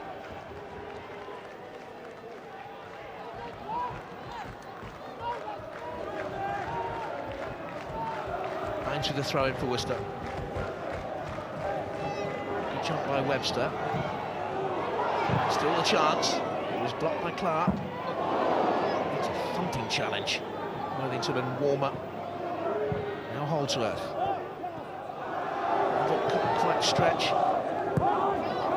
Tom Warmer. Stumped forward by Thompson and offside Kelly. Yeah. Good defending by Huddersfield, holding a really tight line. The two forwards trying to get in behind, but not even realising they're already in an offside position before they make their runs. And again a little bit later on, the third round draw live right here. Jim Montgomery will be making the draw. You'll be interested in what Jim Montgomery pulls out. He was the goalkeeper for Sunderland, of course. And Terry Orth came on as a lead substitute, famously in '73.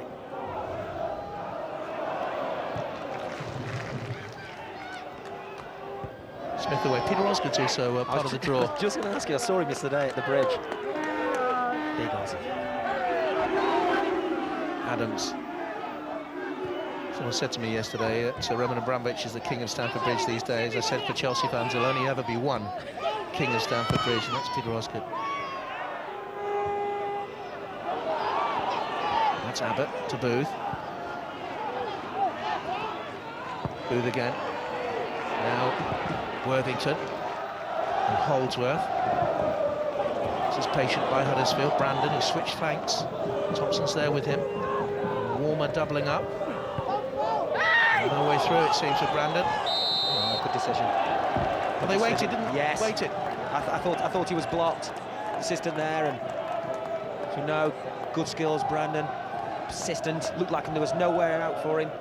Down the line, tried to get around the outside, and you know, just have a look at Powell Abbott when he comes on. You know, he looks bright and sharp, and he wants the ball. He wants to play quick 1-2s, and you can see he's trying to link with Booth up front. Just wonder if he gets a little sniff today. Hudson will take the free kick. Booth is in there, and Clark, Murphy, Abbott's at the near post. Taken away by Thompson. Out by Colley, now Worthington. Just on the back foot there, just, you know, took it down the chest nicely. Just leaning slightly back, and you can't get the power or the direction. Plenty of smiles from the home crowd there. As I say, 500 Huddersfield fans here. When you think the financial situation the club was in only a couple of years ago, they were promoted in that penalty shootout last year, and to be on the verge of another promotion as they are now is a remarkable story for Peter Jackson and his team. They've done very well. Yeah, turned it all around, fantastic, and they're playing some good stuff as well, you know, and they're up against it here, they know that, but they're still being professional. Here's Hines for the Worcester City free kick. Smith is in there, it's a good header away. Clark has had a very strong game for Huddersfield now, getting stronger and stronger. Collin, blocked by Booth and Brandon.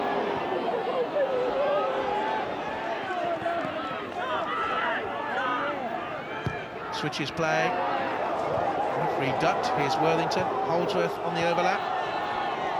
First touch wasn't the best. He had to stretch. And away in rudimentary fashion by Justin Thompson.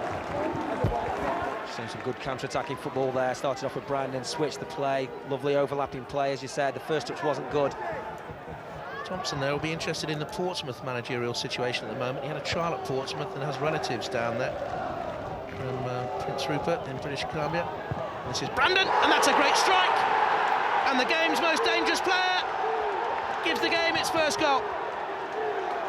Huddersfield ahead. That's Huddersfield fans' chance to chant now. But look at this, he's on it like a flash. Lovely little touch on the box. Just hits it quickly. I think it catches the keeper out, comes between a couple of players.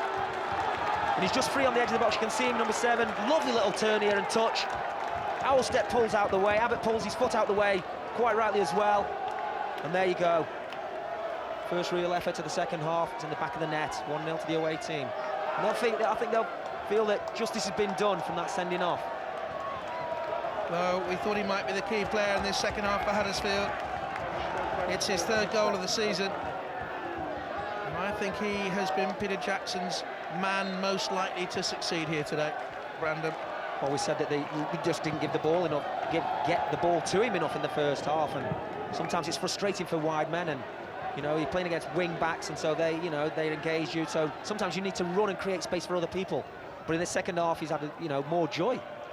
What does he do now? I wonder if he'll bring himself on before very long, Andy Priest. Just want to see a few minutes from a reaction from your players, where to switch things around. You know, at 1-0, you're always in the game. Worcester look for Kelly, and he definitely caught Murphy. See, this is where this difference between the two teams. You know, they find Andy Booth, who hasn't got any pace up front, and they find him with the ball. He's got a good touch and he brings people into play. You know, with Leon Kelly, he's got good pace, but any defender who drops off you 5 yards, he's got a 5-yard advantage when the ball goes over the top. It's very hard to pull that yardage back in 20 to 25 yards. They need to find the forwards a little bit better. Worcester going to make a substitution. This is George Clegg, who started off at Manchester United. It was the same intake as John O'Shea and Wes Brown.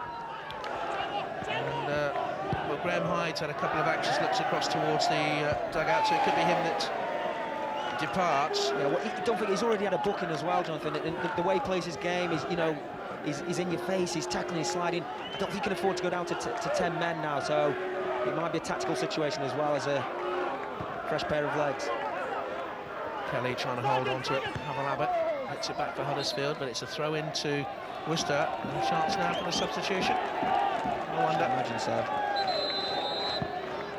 Yeah, the referee just stopping it. So it is Graham Hyde that will make way. On comes George Clegg, who admits he once suffered the hairdryer treatment at Manchester United. He had gym cleaning duty, and so the story goes, Sir Alex Ferguson wrote his name 6 times in the gym in hidden places, and George Clegg only managed to wipe out 5 of them. 1 was left in there, and he got the hairdryer from the manager, so he said in the match programme here in an article earlier on in the season. Apparently not allowed to shout at the kids these days. Have to talk to them. Now this is Worcester City's Thompson. Oh, put in possession by Booth.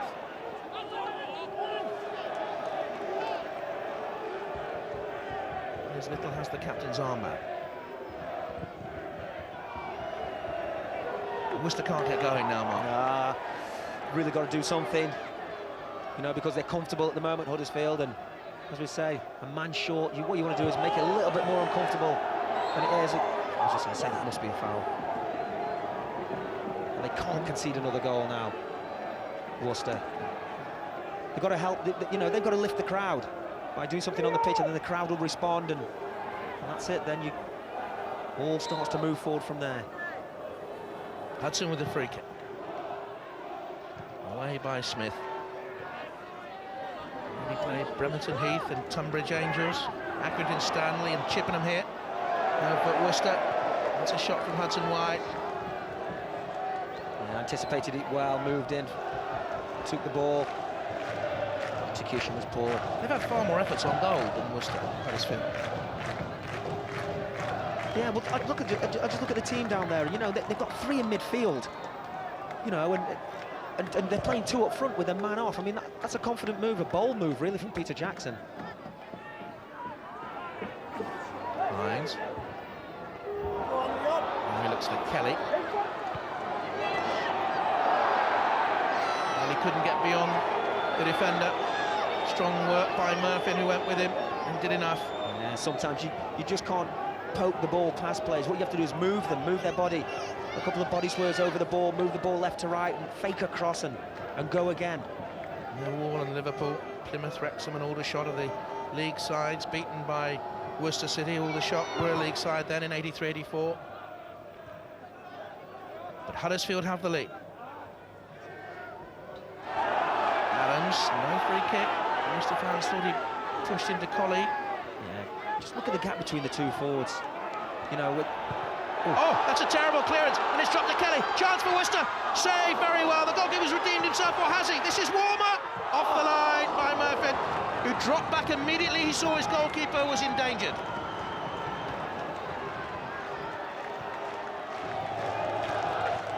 Opportunity out of nothing for the home side. Well, it just came from nothing, didn't it? It really was a gift. It should have been seized on. It's just a poor clearance. You can see what he's looking for. But now it's up to him. Go past the goalie. Just go past. Good save there. This is good feet. And look at that. Back on the line to protect the goal.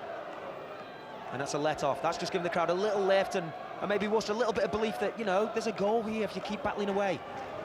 Holdsworth. Away by Smith. He's had another good game for Worcester.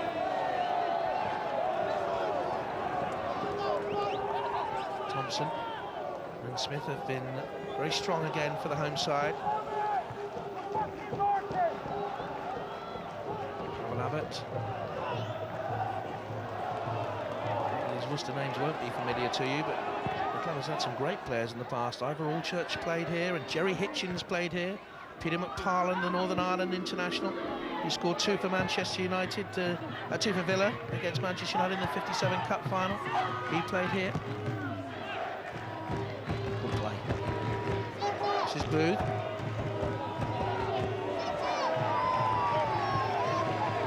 Challenge. He's had his history, hasn't he? He's had 430 games for league clubs. Now Brandon Adams. Away by Thompson.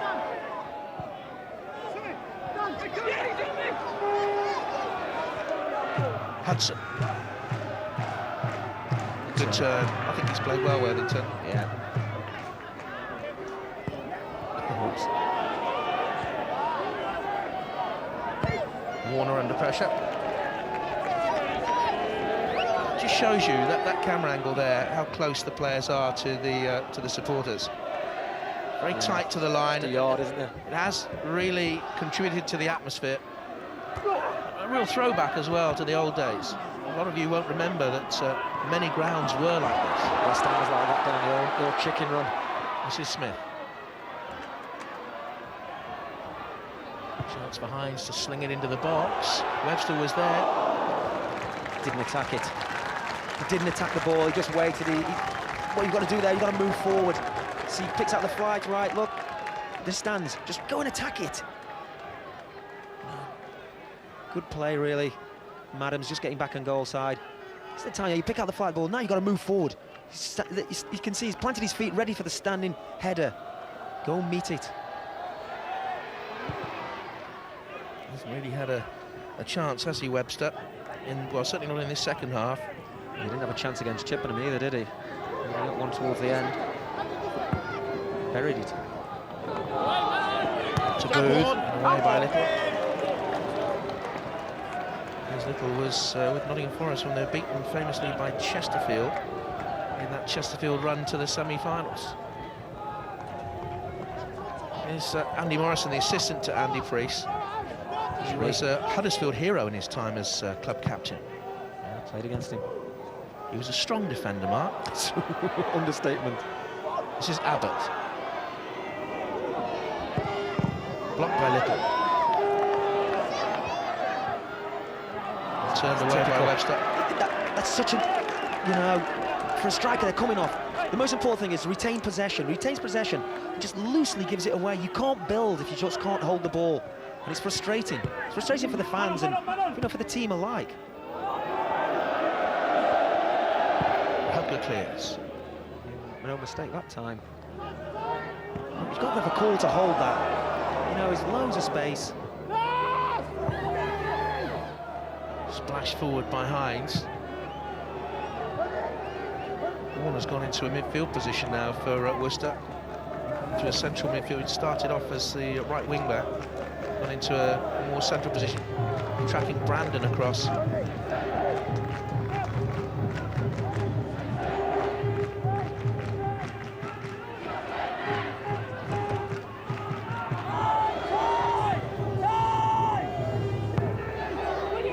Doncaster lead Boston, by the way. Elsewhere, 1-0. David Mulligan getting the goal. Draw up and coming for the FA Cup third round. It's always been, Mark, one of the great days for fans, the third round draw. Players the same. Do they really look forward to this day, the third round FA Cup draw? I think for the players in the lower division who reached that third round tie, I think for the Premiership boys, you know, they want a lower division club at home. Everybody's looking for a home draw, and so you can progress. But you know, it is one of the magical things, because you know, obviously Worcester need to get a result here, get a goal to get a draw, and then, you know, at the end of the game, to see that you could be at Chelsea, Manchester United, that's just a real lift. Again, Murphin doing well with Kelly there. He's played well. On the back, David Murphin cleared that one off the line. You know, they're top of the league. You know, they're not there by coincidence. They're organised. You know, you can see they've got a good shape to them. The midfield, you know, well, they're very quick, alert, good movement. They move the ball well. Everyone can have the ball to feet, comfortable. But one goal, that's all there is in it. You have to believe. Even though they were beaten by Accrington a couple of years ago, until then, they'd won their previous 13 ties against non-league sides, going back over 50 years.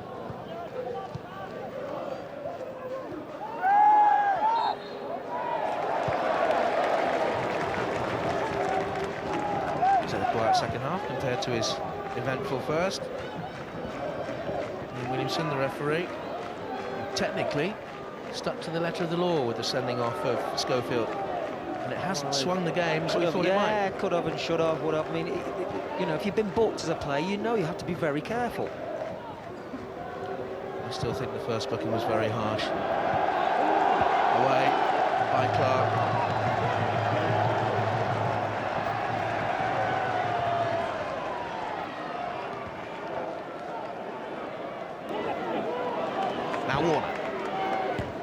Away by Adams. Forward by Hudson. Pavel Abbott. Couldn't bring it under control. Not looking at his sharpest, but he has been troubled by this injury, Abbott.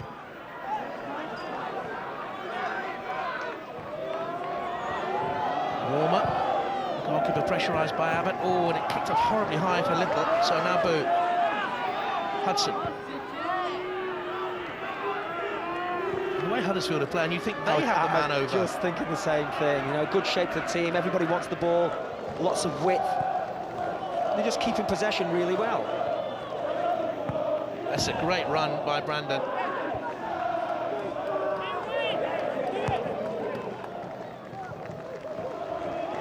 Kelly. Now Warmer. And still carrying. I wonder if he chose the right option, Mark, because Kelly was making a run on the edge of the penalty area. Just a little tired. A little tired. Good skills to get up there. We're going to have a change. That's Warmer's last kick, and Andy Priest will come on for him. Yeah, they go to 3 up front now, don't they? This is what they did against Chippenham. Yes. You know, Andy Priest, what, 38 years old, something like that. He's not going to run over the top, but you have to give him the ball. You give him the ball, uses experience, brings people into play, and uses his body really well. Wins a couple of headers. So getting the two strikers together now, a little bit more. Switch. Watched his football here as a boy, comes from Evesham, and started his career at Worcester, scored 23 goals here before moving into league football with Wrexham and Stockport, Crystal Palace and Blackpool Bury. He was player manager there for 4 years before scoring goals for Carlisle. 593 games he played for league sides, Andy Priest, and as Bury manager he coaxed a Carling Cup win at Bolton out of his side. And now's a chance for Collie. Challenge on him by Clark. That's good play, that's the best. I think he's been outstanding. Yeah, he's done really well. Himself in the right place at the right time.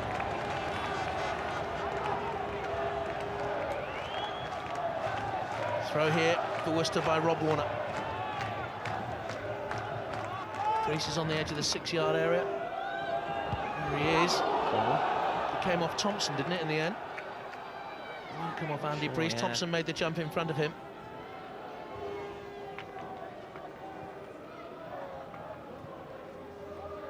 Long throw. What you want to do here is, if you don't win the first ball, keep it in there. And I think that's a corner. That's a corner. Andy Priest played in a quarter-final with Crystal Palace in '95. They beat Wolves. Palace were beaten in the semi-final by Manchester United. He didn't play in that game. It was a good partnership he had at the time with Chris Armstrong, I seem to remember, up front. In goes Worthington. Now Hudson. Away wide towards Abbott. And Brandon fills in the gap. Little across. It's a clumsy challenge. I think Brandon drew that. I think Little accepts that. Brandon slowed down. It's good play that from Brandon. Slow down, and then you speed up towards the end, just toe poke it past the defender. And what you hope is that you get past him and jump over the challenge, but I think Des has to accept that booking. 5 players booked, 1 sent off for 2 bookables. There's Little cautioned. What else is he doing, Mark, apart from playing for Worcester these days? I think he's doing his badges as well, isn't he? Spoke to him after training Thursday. He's doing his badges as well. Free kick to Huddersfield. Clark was in there and made contact. And Smith will clear it away for Worcester. Here's Webster. That was a really good touch, but he still manages to find Collie. Too high for Priest. Yeah, no, look at Priest, he's angry. He wants it early. He wants it early. He doesn't want the player to take 2 touches and look up. Take a touch and just get it into the space for him.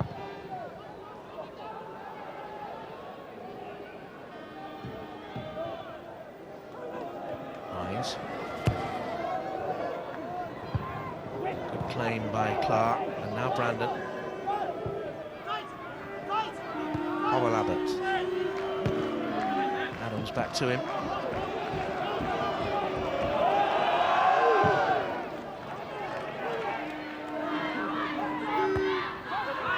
Now Little.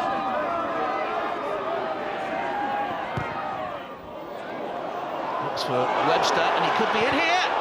And that's a fine stop by Rehubka. Chance for the Worcester top scorer. Splendid save. Pressure still on. Away by Clark. This is a good start for the home side. Little back in there again. Off Clark. How many important headers has Clark made in the game? Now Thompson.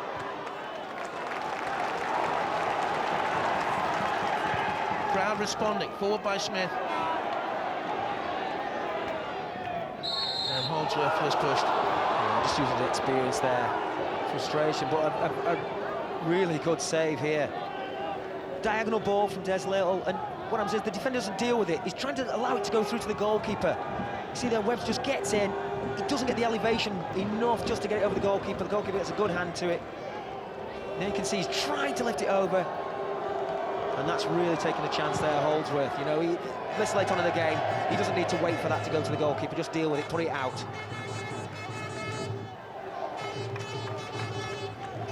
Less than 10 minutes to go. Good save. Rehubka from Webster, who makes a 170-mile round trip from his home in Leicestershire to play football for Worcester. They need to up the tempo, Worcester. You know, they're allowing Huddersfield to dictate like they've done most of the game. You know, they just speed everything up a little bit and get the crowd going, get the ball in the box. Brandon. And sharp and lively throughout. Adams. Brandon's shirt was being tugged. Spotted. Well, you can't complain. He did tug the shirt. Yeah, lovely individual skills. There's the shirt, right hand there. As he turns away, lets go and tries to pretend nothing's happened. Referee was in a good position and spotted it. He's had a great second half. Chris Brandon. Chance here for Huddersfield to settle it. Brandon's goal separates the sides. This is Hudson. Only 2 Huddersfield players attacking the Worcester box. It's terrible. It's terrible. You can see what he's trying. The two forwards, Abbott and Andy Boo, just looking to a good delivery there. Both of them good in the air. Get across the goalkeeper and flick it in. The service wasn't there.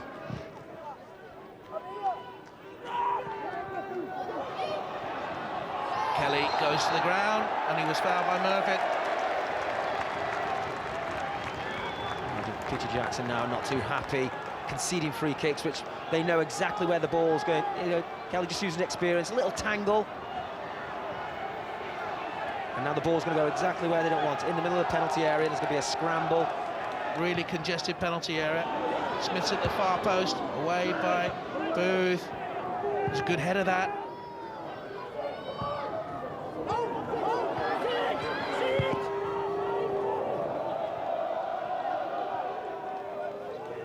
Just over 7.5 minutes to go. Worcester are going to make another substitution in a minute. I think it's going to be young Sam Wedgbury who's going to come on. He's the club's youngest ever goal scorer. Here's Priest. Adams. Clark has a little bit of time. Too much time. You've got 3 strikers up there. Everything should be contested now. They should split the centre-backs. High up towards Andy Priest. It'll drop a little bit short, perhaps. Colley.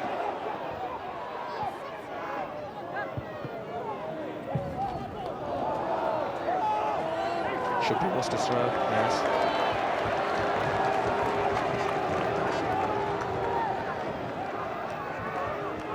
Hines will take the throw. Oh, no, he'll leave it. Rob Warner's going across to take it. Towards Clegg, beyond him, on by Thompson. They did not get away. Webster, it was deflected. Will it come yet for Worcester City? The goalkeeper, Rehubka, comes out. That's a brave save. Smith was there with him. Really well there, Rehubka. Quite tell the angle it was deflected out, but he was alert. Came and collected under pressure. Abbott looks for Brandon, who's made the run. Clegg was there with him, saw the danger. And Little's played it out because Smith is still down after the collision with the goalkeeper. I think he got one across the shins. Wouldn't be surprised if he moves into league football again, Chris Smith, Mark, because he's only 24. Rehubka's made a couple of important saves in this second half now. One or two jittery moments, but one or two good saves as well. One was a poor clearance, but here we go. The ball's in the box, and that's exactly what we want to do. Keep it in there. Deflected. I think the two players offside there. And as you can see, he makes a genuine attempt, but I think it's Rehubka's knees. I think if you look there, catch him. Oh, it looks like it's in the abdomen.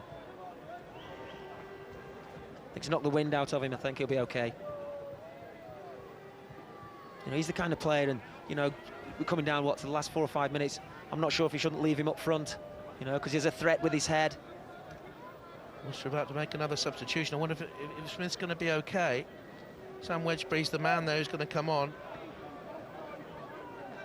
16 years of age is Wedgbury. Their big day, and dejected at the moment, the Worcester City supporters. Well, he's hoping for something in these last few minutes.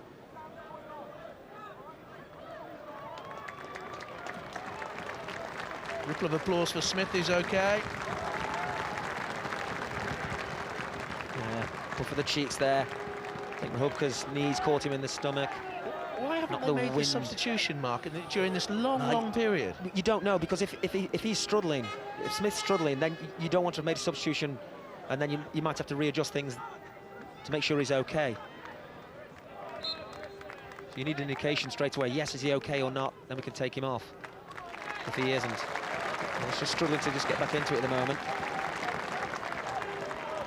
Back on to Smith. Moving gingerly. 4.5 minutes to go, and there will be stoppage time. Andy Holdsworth.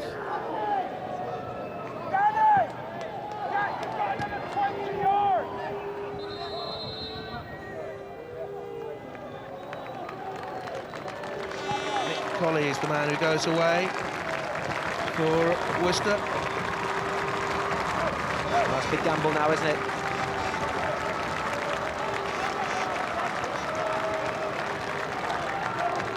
Wedgbury on for Colley. Scored in the first qualifying round for Worcester City, 16 years of age, the big Bremerton Heath. It's time to take a chance now from midfield. Smith.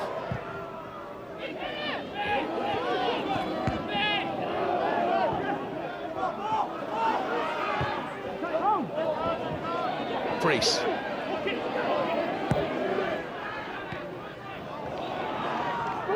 Now Booth, dispossessed by Smith. I think he was being held.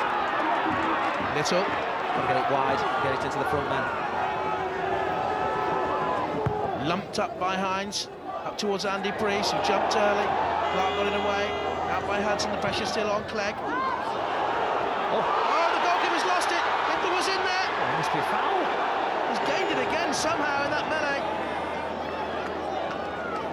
He was clambering all over the Worcester player to get there.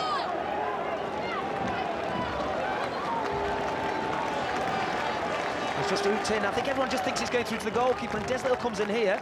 Goalkeeper can miss it. There's the... And you can see he's... Is that not a penalty, Mark? Bit of pulling going on there. Was he not pulled down then? Little as the goalkeeper got it back again. McDonnell was quick of feet and thought to get there.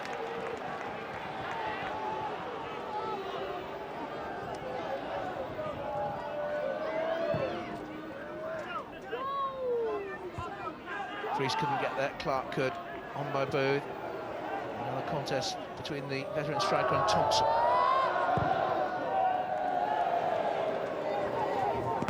A good touch by Andy Morrison. He's improved since he last played against me. I'll tell him you said that. When I've gone. Brandon. Out by Murphy. Here's Little. Hines. Away by Murphy. And Clegg.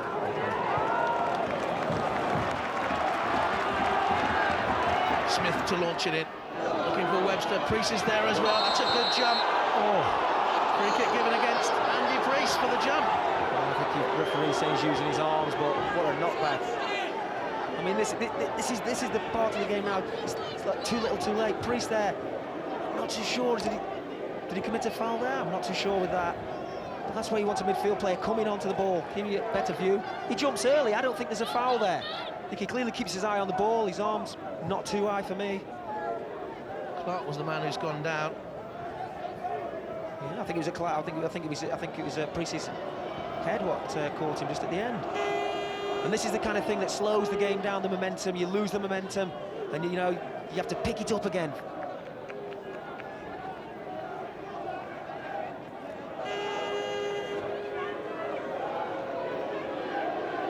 There's little moments ago, very nearly got Worcester back into the game. Time is ticking away.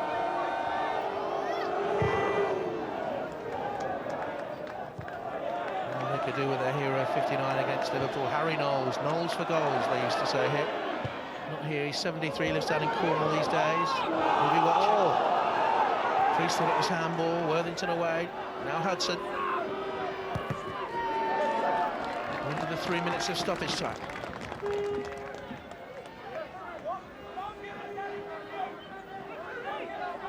Here's Clark coming across to take this. There's the 3 minutes confirmed. Nathan Clark's going to take the throw in. Oh, Can you believe it? He's booking Andy Priest for dissent, Mark. Yeah, I think so. I think Priest feels he didn't commit a foul, and the referee blew up and gave a free kick when he didn't feel it was. And I have to say, looking at the replay as well, I didn't think it was a foul. No. Pavel Abbott had a chance to play it off to Brandon, but it's hooked away by Warner. Booth clears. Yeah, noted Andy Booth stayed at the back now, left Abbott up front on his own. You can just see Booth just on the ball, just for his aerial power. Little looks for Smith, who stayed forward. It's a good touch by Holdsworth. Whoa, mistake by Brandon. Trying to be a bit too tricky in a dangerous area. Warner to Wedgbury.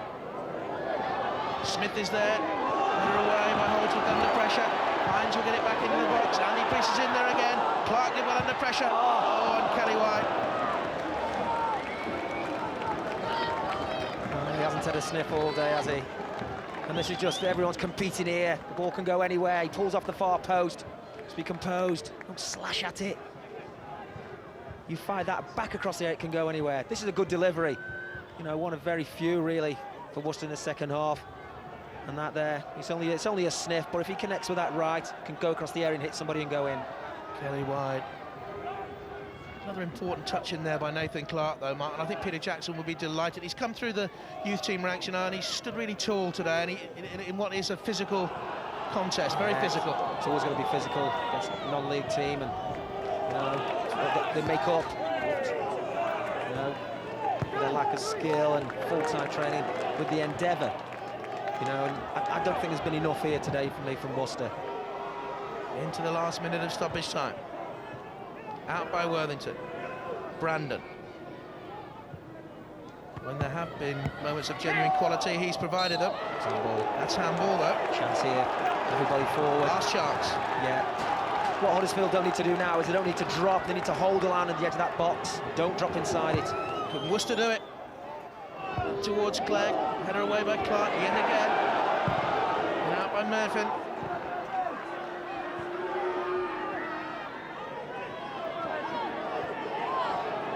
Here's McDonald.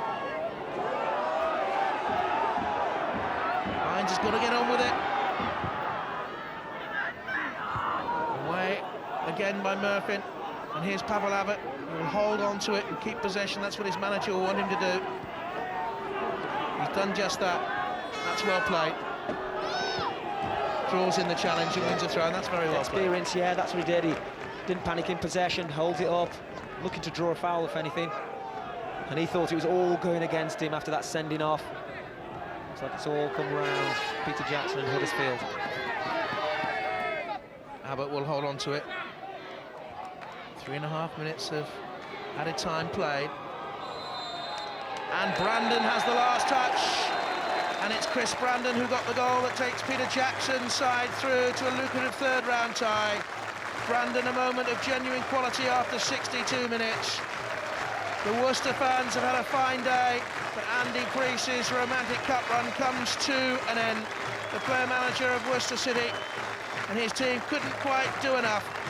And it's Huddersfield Town, who are doing so well in League One at this moment in time, who go through, and they'll take their place in the third-round draw coming up in just a few moments' time. Brave Worcester go out. It's Huddersfield and Brandon who go through, winning at St George's Lane by 1-0. Well, the Worcester City fans and the players, I think, will have enjoyed the day, but they'll feel, Mark Lawrence, they perhaps should have had a replay at the least, won't they? Well, it's a good effort by Worcester City, Ray, and they weren't without the chances in the second half, and the one real moment of skill came from Huddersfield. It's enabled them to go through and win. And I would say as well that you wouldn't have known that Huddersfield only had 10 men in the second half. That they did have that little bit extra, but well done to Worcester. Dion Douglas is with this afternoon as well. Sending off was crucial, really, but Huddersfield, they dealt well with it in the second half, didn't they? Yeah, they did, without a doubt. They regrouped, they found their positions, they held their ground, they passed the ball about. Worcester looked tired towards the end of the game. You know, it's hard to play that kind of time against a league team. But I thought they've showed a good account of themselves, to be honest, Worcester. Mark Cooper, player manager at Tamworth, is with us. In all honesty, you're not really bothered, are you? Want to see them get in the draw? Number 50, that's I'm a bit nervous at the minute, to be honest. I can't wait. Well, this could be Chelsea, Leeds, Manchester United coming up now for a club like Tamworth. You're going well in the conference, well, having beaten Hartlepool yesterday, so you could be the talk of the country, couldn't you? It'd be nice. I mean, obviously, it's a big thing, the draw, but, you know, I just hope that we get rewarded for the 2 victories we've had at Division 1 clubs and get a really good draw. Put you out your misery now. Time for the draw for the third round of the FA Cup. Watching here in Worcester, either side of Mark Lawrence, Dion Dublin and Mark Cooper, player manager, conference side Tamworth, in the third round draw for the first time in their history. FA Executive Director David Davis will oversee proceedings at FA headquarters.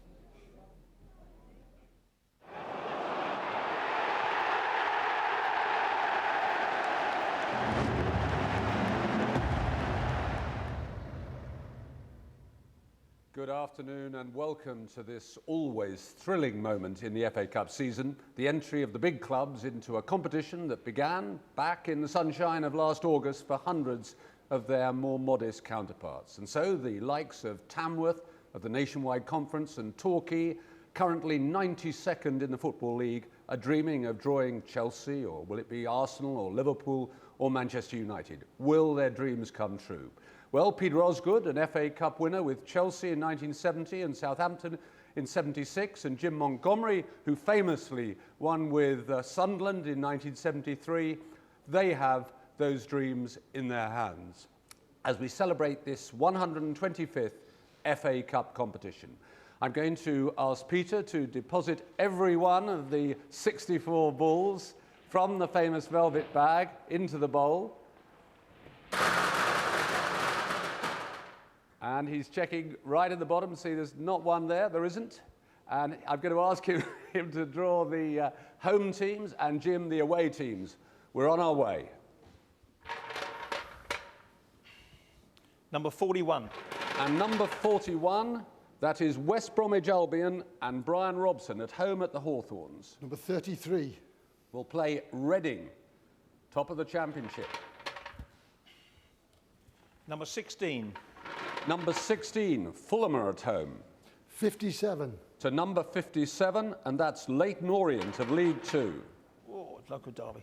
Number 6. Number 6, Peter, is Brighton and Hove Albion. Number 11. Will be at home to Coventry City. Brighton at home at the Withdean to Coventry City. 44.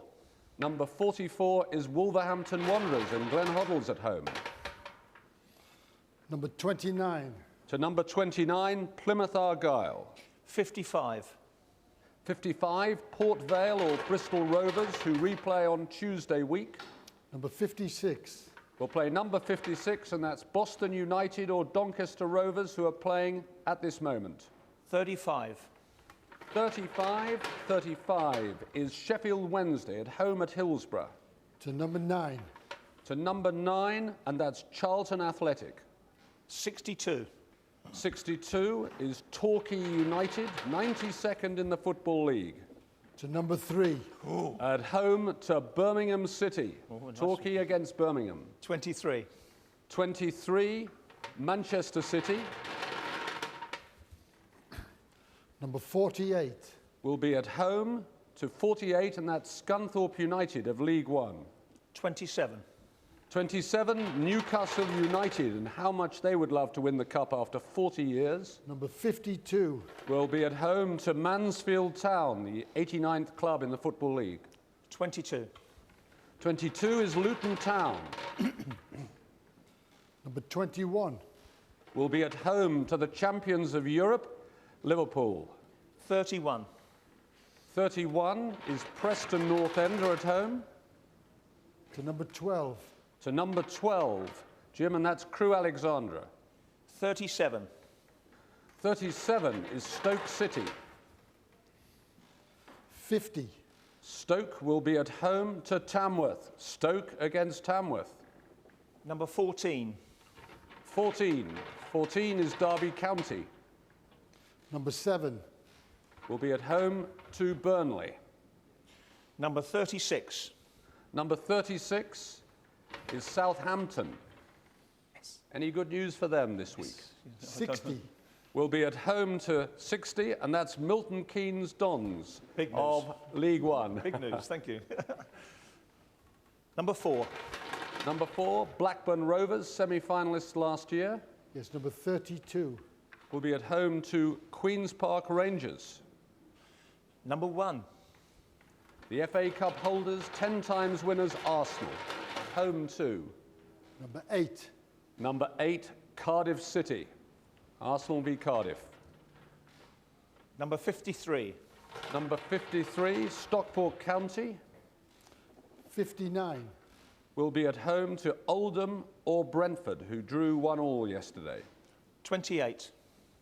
28, Peter, is Norwich City. 42. Will be at home to West Ham United. Norwich against West Ham. Number 18. Number 18, Ipswich Town, at home at Portman Road. Number 30. At home to number 30, and that's Portsmouth. 43. 43 is Wigan Athletic. Number 19. Number 19 is Leeds United. 38. 38 is Sunderland. Jim, who have you got? It's number 46. We'll play number 46, and that's Woking or Northwich Victoria. Number 10. Number 10, Peter, is Chelsea, as you well know, at home. Number 61. To number 61, and that is Huddersfield Town. Brilliant. Number 51. Number 51. 51 is Cheltenham Town or Oxford United, who replay on Tuesday week. Number 64. 64 is Chester City, the conquerors of Nottingham Forest yesterday. Number 20. Number 20 is Leicester City. Number 39. We'll play number 39, and that's Tottenham Hotspur, 8 times FA Cup winners. Sorry, lads. Number 40. Number 40, Watford, semi-finalists a couple of years ago. Number 5. We'll play number 5, and that's Bolton Wanderers, Watford against Bolton. 34. 34, Sheffield United and Neil Warnock at home. Number 49. To number 49, and that's Colchester United under Phil Parkinson. 58. 58, I think we've got about 10 left. Nuneaton Borough or Histon, Conference North and South there. Number 25. Will be at home to Middlesbrough. Oh, nice one. That's a big game. Number 17. Number 17, Hull City, Peter Taylor's Hull City. Number 2. Will be at home to Aston Villa, runners-up at the last Wembley final. 63. 63 is Barnsley or Bradford City, who drew 1-1 yesterday. Number 45. We'll play number 45, and that's Walsall. 47. 47. 47 is Burton Albion or Burscough. Now, who could you have, I wonder? 24. I thought you'd have 24. That is Manchester United, 11 times FA Cup winners. Number 13. Number 13, Crystal Palace. Number 54. Will play 54, and that's Stevenage Borough or Northampton Town, who drew 2-2 yesterday. Number 26. Number 26, as I think we come to our last game, Millwall. Against number 15. And 15 are the FA Cup winners of 10 years ago, and that is Everton. Millwall against Everton. That completes the draw for the third round of this season's FA Cup, and those 32 matches will be played over the weekend of January the 7th and 8th next year, 2006. So Chelsea against Huddersfield. Huddersfield manager Peter Jackson is with Damien Johnson. Peter, there was a big cheer from the Huddersfield dressing room when the draw came out. What's your reaction? Fantastic. I mean, we couldn't have asked for a better draw. Obviously Chelsea, the champions, and we go down to Stamford Bridge, so we're all looking forward to it. What's the overwhelming feeling today? Just happy to get out in one piece? Yeah, just happy. Obviously, the sending off did spoil a game, but just happy to get through and pull a Premiership side. Chris Brandon's goal won it. He took it well. Yeah, he did take it well. We didn't create that many chances, but he took his goal well, and we're through to the next round. You said the sending off was harsh. The referee made trouble for himself, I guess, by booking him early. Yeah, but he booked him early for taking the free kick quickly. And as I say, it spoilt the game, but the lads dug in. I thought the two centre-backs were excellent, and we've gone through. Well done, Peter. Thanks a lot. Cheers, thank you. I think the referee had no option with the free kick being taken quickly. But so Huddersfield have got Chelsea. Stoke away for Tamworth. Yeah, making it difficult for us, aren't they? Yeah. Three away draws, so just have to go and get a result there, I suppose, and then get a big one. Well, you've beaten Bournemouth, you've beaten Hartlepool. You'll go there with confidence, I guess. Yeah, why not? Another good trip for the lads, and we seem to be better away from home, so why not? Leicester Spurs, big guessing. No overnight accommodation. Leicester Spurs, just sort of a smile came to your face. You fancy Yeah, I'm chances pleased there, with that. Yeah, I like playing at Spurs. It's a great ground for me. I've scored a few times, so I'm hoping we can get a win or just even get a draw and take them back to the Walkers. What about that, Stubbsy? Burton or Burscough versus Manchester United. Could you imagine that the two camps there now? I mean, when do they think they play on Tuesday? Tuesday night. What a fantastic tie for one of those two. It'd be brilliant. Great incentive for both clubs. And Luton Liverpool was one that came out as well. Not a great record there, Liverpool. I think you're fine. Watford Bolton. Yeah. Watford going extremely well, and Boothroyd in the Championship. And also I think Millwall, Everton. Millwall quite fancy the chances as well. Hull Aston Villa, what about that one? That's not easy for Villa, is it? No, well, they're not in the best of form Villa at the moment, so it could be a tricky one, but I think they'll get by. And there's an element of frustration, wasn't there? You were thinking, when that Burton Burscough came out, you were just thinking that was earmarked for Tamworth today, weren't you? For sure. I mean, I was saying all along they're going to get Man United. Once we come out, our local rivals Burton, and we're looking for that. But it's a look at the draw. It's a tough thing that they've been drawn away 3 times against league teams. You think, rule of thumb, you might have got a home tie out of one of those 3 games. Do you think the Huddersfield goal scorer today will be just claiming that his teammates give him a real big pat on the back for scoring the goal that gets them to play against Jose Mourinho's Chelsea at Stamford Bridge? It was an extremely well taken goal, wasn't it, by Brandon? And it arguably the difference between the two teams, and all really about the touch, isn't it? We talk about it at this level. Took it out of his feet, away from the defenders, and slotted it home, and that arguably was the difference. And this touch here is a one away in between the two defenders. Have a little look. Goalkeeper couldn't save it. It's the only place he could have taken it later to get a shot off, to be honest, and he's found it and he's put it away in the corner. Fantastic. That goal's worth a few pounds, isn't it, to the club there, wouldn't you say, Mark? Just a little bit. Just a little bit. Actually, if you think for Huddersfield, I mean, they're not going to win the competition, are they? So, and they're going so well in their league. What you want the big payday. They've got the big payday. Exactly. Chelsea, great for the spectators, great for the players, the management, Peter Jackson, Terry Arthur, everybody. And it's almost like go there to Chelsea, get the money, get promotion. Fantastic. Mark, enjoy the build-up to the third round. Well done. You're going well with your team at the moment. And Dion, you're going to keep playing? You're going to do? I'll play for as long as the legs can hold me, mate. And Worcester have been now he knows they're playing Tottenham. He's definitely playing. Don't worry about that. I feel great at the moment. Worcester have been great hosts, haven't they, today? They've been excellent, and they've done well today. But in fairness, with the 10 men, I think Huddersfield just about deserved it. But a great day for the locals, certainly. Thanks to Mark, and thanks to Dion. That's it. Time to go. Went to form today. League One Huddersfield didn't enjoy losing to a non-league club the year before last. Non-league Worcester have been perfect hosts, but they bow out of the FA Cup. Goodbye.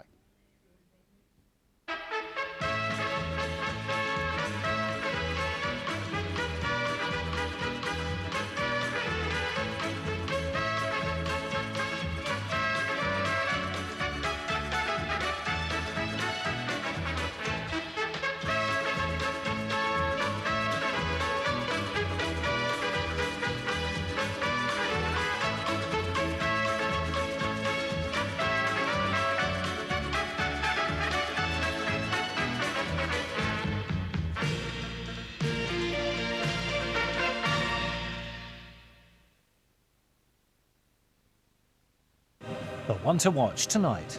I find myself alone with a terrible truth. The word of God is wrong.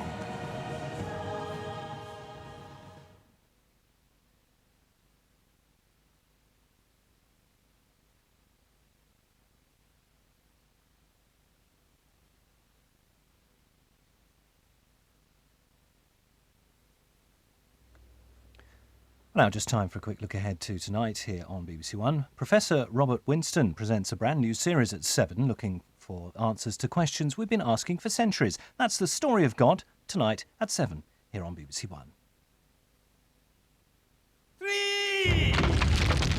We have had your test results. May I be blunt with you? No. Everything is fine. You're not going to die. Oh, that's brilliant. Thank you. Man Stroke Woman after the exclusive repeat of Little Britain tonight at 10 on BBC Three.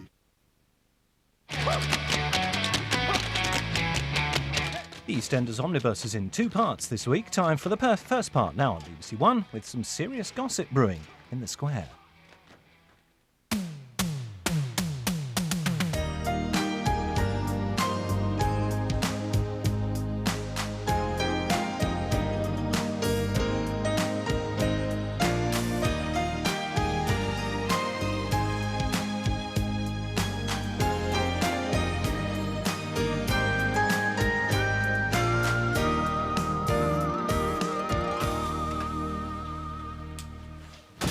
Morning. Forgot these. How long are you going to keep this up for? Keep what up? You've hardly said 2 words to me all weekend. So what? Big deal. I went out Friday night and got wrecked. Tara fed me for it, why don't This you? ain't about you getting wrecked. Don't you remember what you said to me when you came to bed? I can hardly remember getting home, so no. Thought as much. What did I say? Hiya. Pauline, you're back. Yeah, do you enjoy having the place to yourselves? Betty!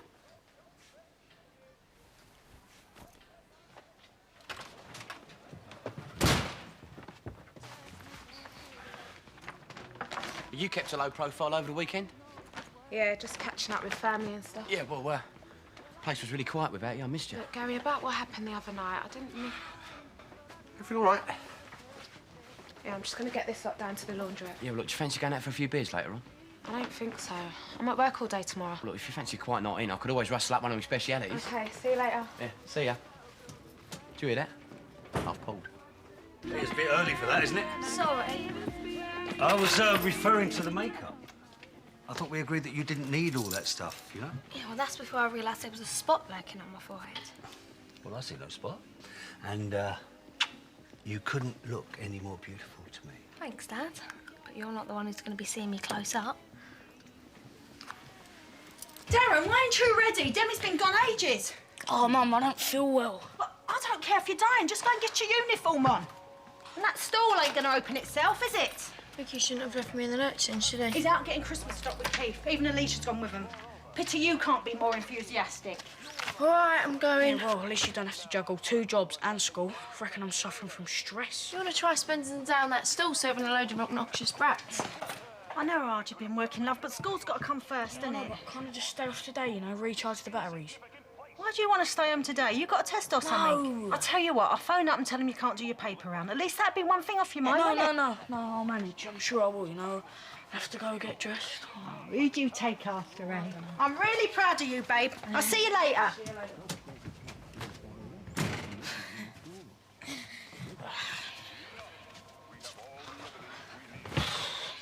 There's no one here at the moment, but if you leave a message, we'll get back to you as soon as we can.